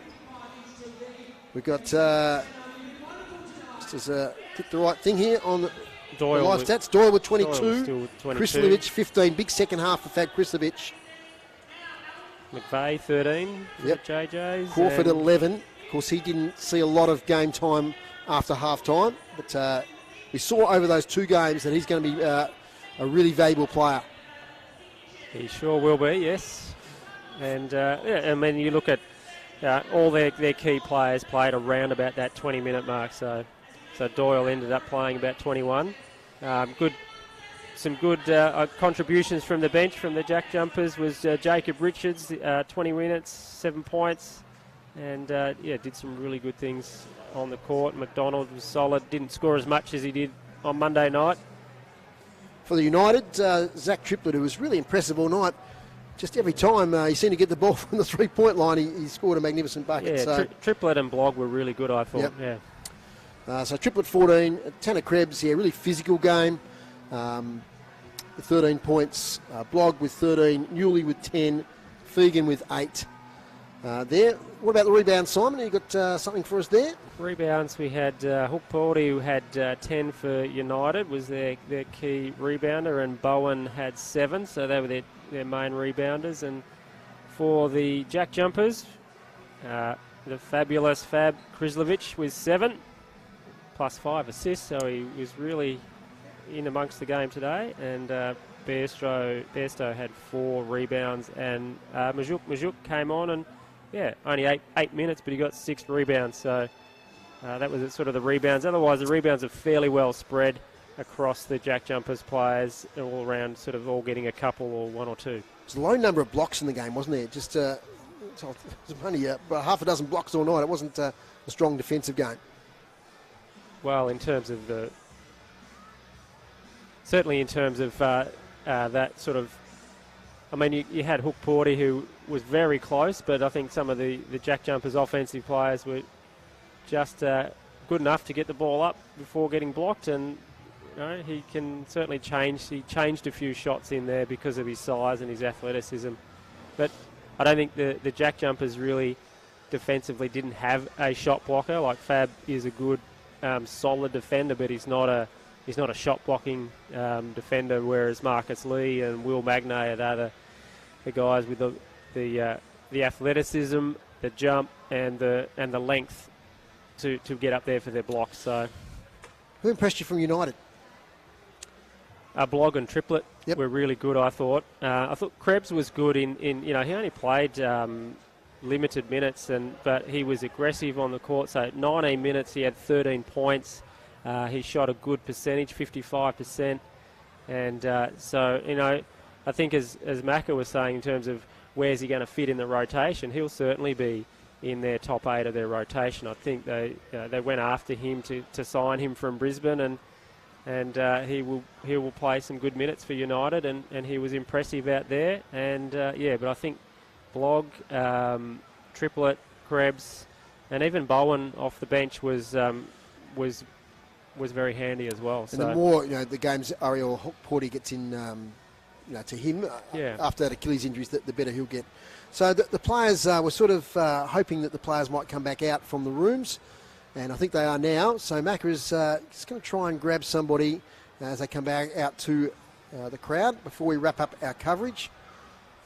See Will Magnay there, he's moving pretty well. It looks like he's going to be back in the blitz, and that'd be fantastic. And of course, the players now really start to ramp up the training leading into the blitz, Simon. Yeah, and I mean, it'll be really good to get Magnay if they can get him into the blitz. He's promised so much, and he was such a big signing. And he hasn't really delivered that, but he's had a lot of injuries as well. So I think it'd be really good for the JackJumpers and for him as well, just to have that season where he's injury-free, and hopefully this injury hasn't set him back too much in terms of his pre-season preparation. He'll take a few months, I think, really to get into the swing of it through the game. And that's what Jorick was saying, is that Marcus Lee's there is that sort of insurance plan, but having both of them fully fit towards the end of the season will be a massive bonus for the JackJumpers defensively, because both of them are big shot blockers and athletic, and they can score. So really exciting to have both of them fully fit. Well, it's nearly time to wrap up. Macca, we might just go down for your final word. Pretty entertaining game. Yeah, it was an entertaining game. Sorry, boys, we've got no access to the players down here. They're following their media commitments. They're doing some... they've got all the kids surrounding the court, and they're doing some cool-downs, but also signing some autographs. We were going to try and grab a coach, but I think they're all in there. They went straight into the rooms, and we'll see what we can get. But at this stage, unless... I get a quick one here. No, I might just throw back to you, and if something happens in the next 30, 40 seconds, I'll let you know. All right, thanks guys. mate. Well done, good call. No problem. Thanks, Simon. A really entertaining game, and we look forward now to the JackJumper season, which kicks off at the end of September. Yep, looking forward to it, and I think we'll go pretty well. It's a good team, and I think probably one of the strongest teams we've had. So let's hope that they can just go that little bit further this year. Some thank yous. Thanks to Jasper on the camera tonight. He did a great job. Thanks to Patrick here, who's been helping us out too as assistant producer. Thanks to you, Simon. Fantastic. That's the end of our commitments this year after the Tornadoes games. It's been good fun bringing the basketball here in northern Tasmania. And thanks to Macca McGee down there on courtside. Thanks to Jack Soward for setting things up for us. Fantastic job. And thanks to the Tasmania JackJumpers Basketball Club. And we've got... We've got a mouthful of food here. Okay. The great Mark Radford. Yeah, Tassie legend up here, Mark Radford. Obviously a practice game, but from a coaching point of view, how did you go with getting something out of that tonight? I think we got a lot out of not just this game, but the 2 practice games here in the north. One from a club standpoint, like you can see still all the kids and the JackJumper gear still around the court, and that's really important for our club and always has been. From a playing standpoint, I felt like we improved some things in this second game, and I think our full court pressure was a little bit more stable. The other night was a bit inconsistent, and that doesn't mean getting turnovers and forcing turnovers on every possession, but just we want the accumulation effect of Scott plays 11 guys. We want to keep the pressure on for 40 minutes, and hopefully, some of that stuff pays off for us down the stretch when fatigue becomes a factor. And you mentioned your time up here in the north, down the northwest coast, and obviously here in Launceston. It's been a good few days from a team point of view. Yeah, from a whole club standpoint, the Ulverston trip, we went out to Camp Clayton as a group and sat by a campfire and had a meal together, and it's really good to have that time where we can bond and integrate some of the new players that we have within our team. And just to get around the community, we've done a lot of clinics. Players don't normally do full day of clinics on game day, but I've done that because this trip isn't just about playing these games. We still have the blitz to go with practice games, We had a California Baptist College come in and played a practice game a couple of weeks ago. This trip north is for the greater good of the club and, you know, what the organisation has built around the state. We're really proud of it, proud to be a part of it, and I think, as I said, if you just look around this stadium, you can see what it's done for kids, for families, and it's connected the whole state. You know, I've been in footy and basketball in this state for a long time. There hasn't been a sport that's connected the state like this. This basketball club has not just a team; it's a whole club, and you know, really, we should all be really proud of that. Tell us about a couple of new imports, and can we expect as fans a different game style this year, or very similar, or does it change around the players that you've got in? Yeah, I think it does change a little bit with skill set, and you know, Jordan Crawford is quite athletic and plays a different style to Josh Majette. I'm not saying that he's better; it's just different. Josh led this club to 2 final series and has been a super player. So I don't want to, you know, I don't want it to be looked at like that. He's just different, and he brings a different aspect to us, and one of that is his pace and his ability to pass the basketball, you know, in transition, and so that speeds our game up a little bit, which we need to be careful of from one standpoint. It's good on one side, but on the other side, we were a very low turnover team last year. Faster you play, you can be a little bit more exposed to that, so that's definitely a focus for us to be able to do both. And then you have Marcus Lee come in that's going to provide, you know, rim protection, an athlete that we haven't had, and he's going to be able to work in tandem with Will Magnay. So that's going to give us a different look on the defensive end, as well as his ability to play in pick and roll. Marcus above the rim. Will we see Lee up at the Blitz on the Gold Coast, and also Magnay? How far away is he? I probably won't see Will. He's on a little bit of a restricted program at the minute, but he won't be too far away from the first game, I'd imagine. Marcus, he's good to go. He actually just had a flight back from the US. He had a wedding that was he was best man at, so we're not having him fly, you know, 14 hours, get off a plane, My word, and go and play. That's too valuable for that. Look, good luck up on the Gold Coast in the Blitz, and obviously good luck for the season opener. Can your Bernie Dockers get it done down there this year and knock off Devonport? Well, I'd like to think so. Devonport's been pretty good the last couple of years, so no, I hope the Bernie boys can get that. I love my Dockers. I don't get to see them play as often as I'd like to, but I know some of the guys there. Bailey Bogue and the boys. They've been through a few finals, so hopefully they can pinch this one. Good luck, Rat. Thank you very much, and thanks for joining the boys on the broadcast. Cheers. Thanks, mate. Thanks, Mark Radford there. Great interview from Matthew McGee. We've gone a little bit over time, but we better wrap it up. Simon, thanks for joining us once again. Thanks, Dave. No worries. Final score here at the Elephant Sports Stadium. It was the JackJumpers 89, defeated Melbourne United 78. It's been a pleasure to bring it to you here on City Park Radio and the NBL live stream. Good night.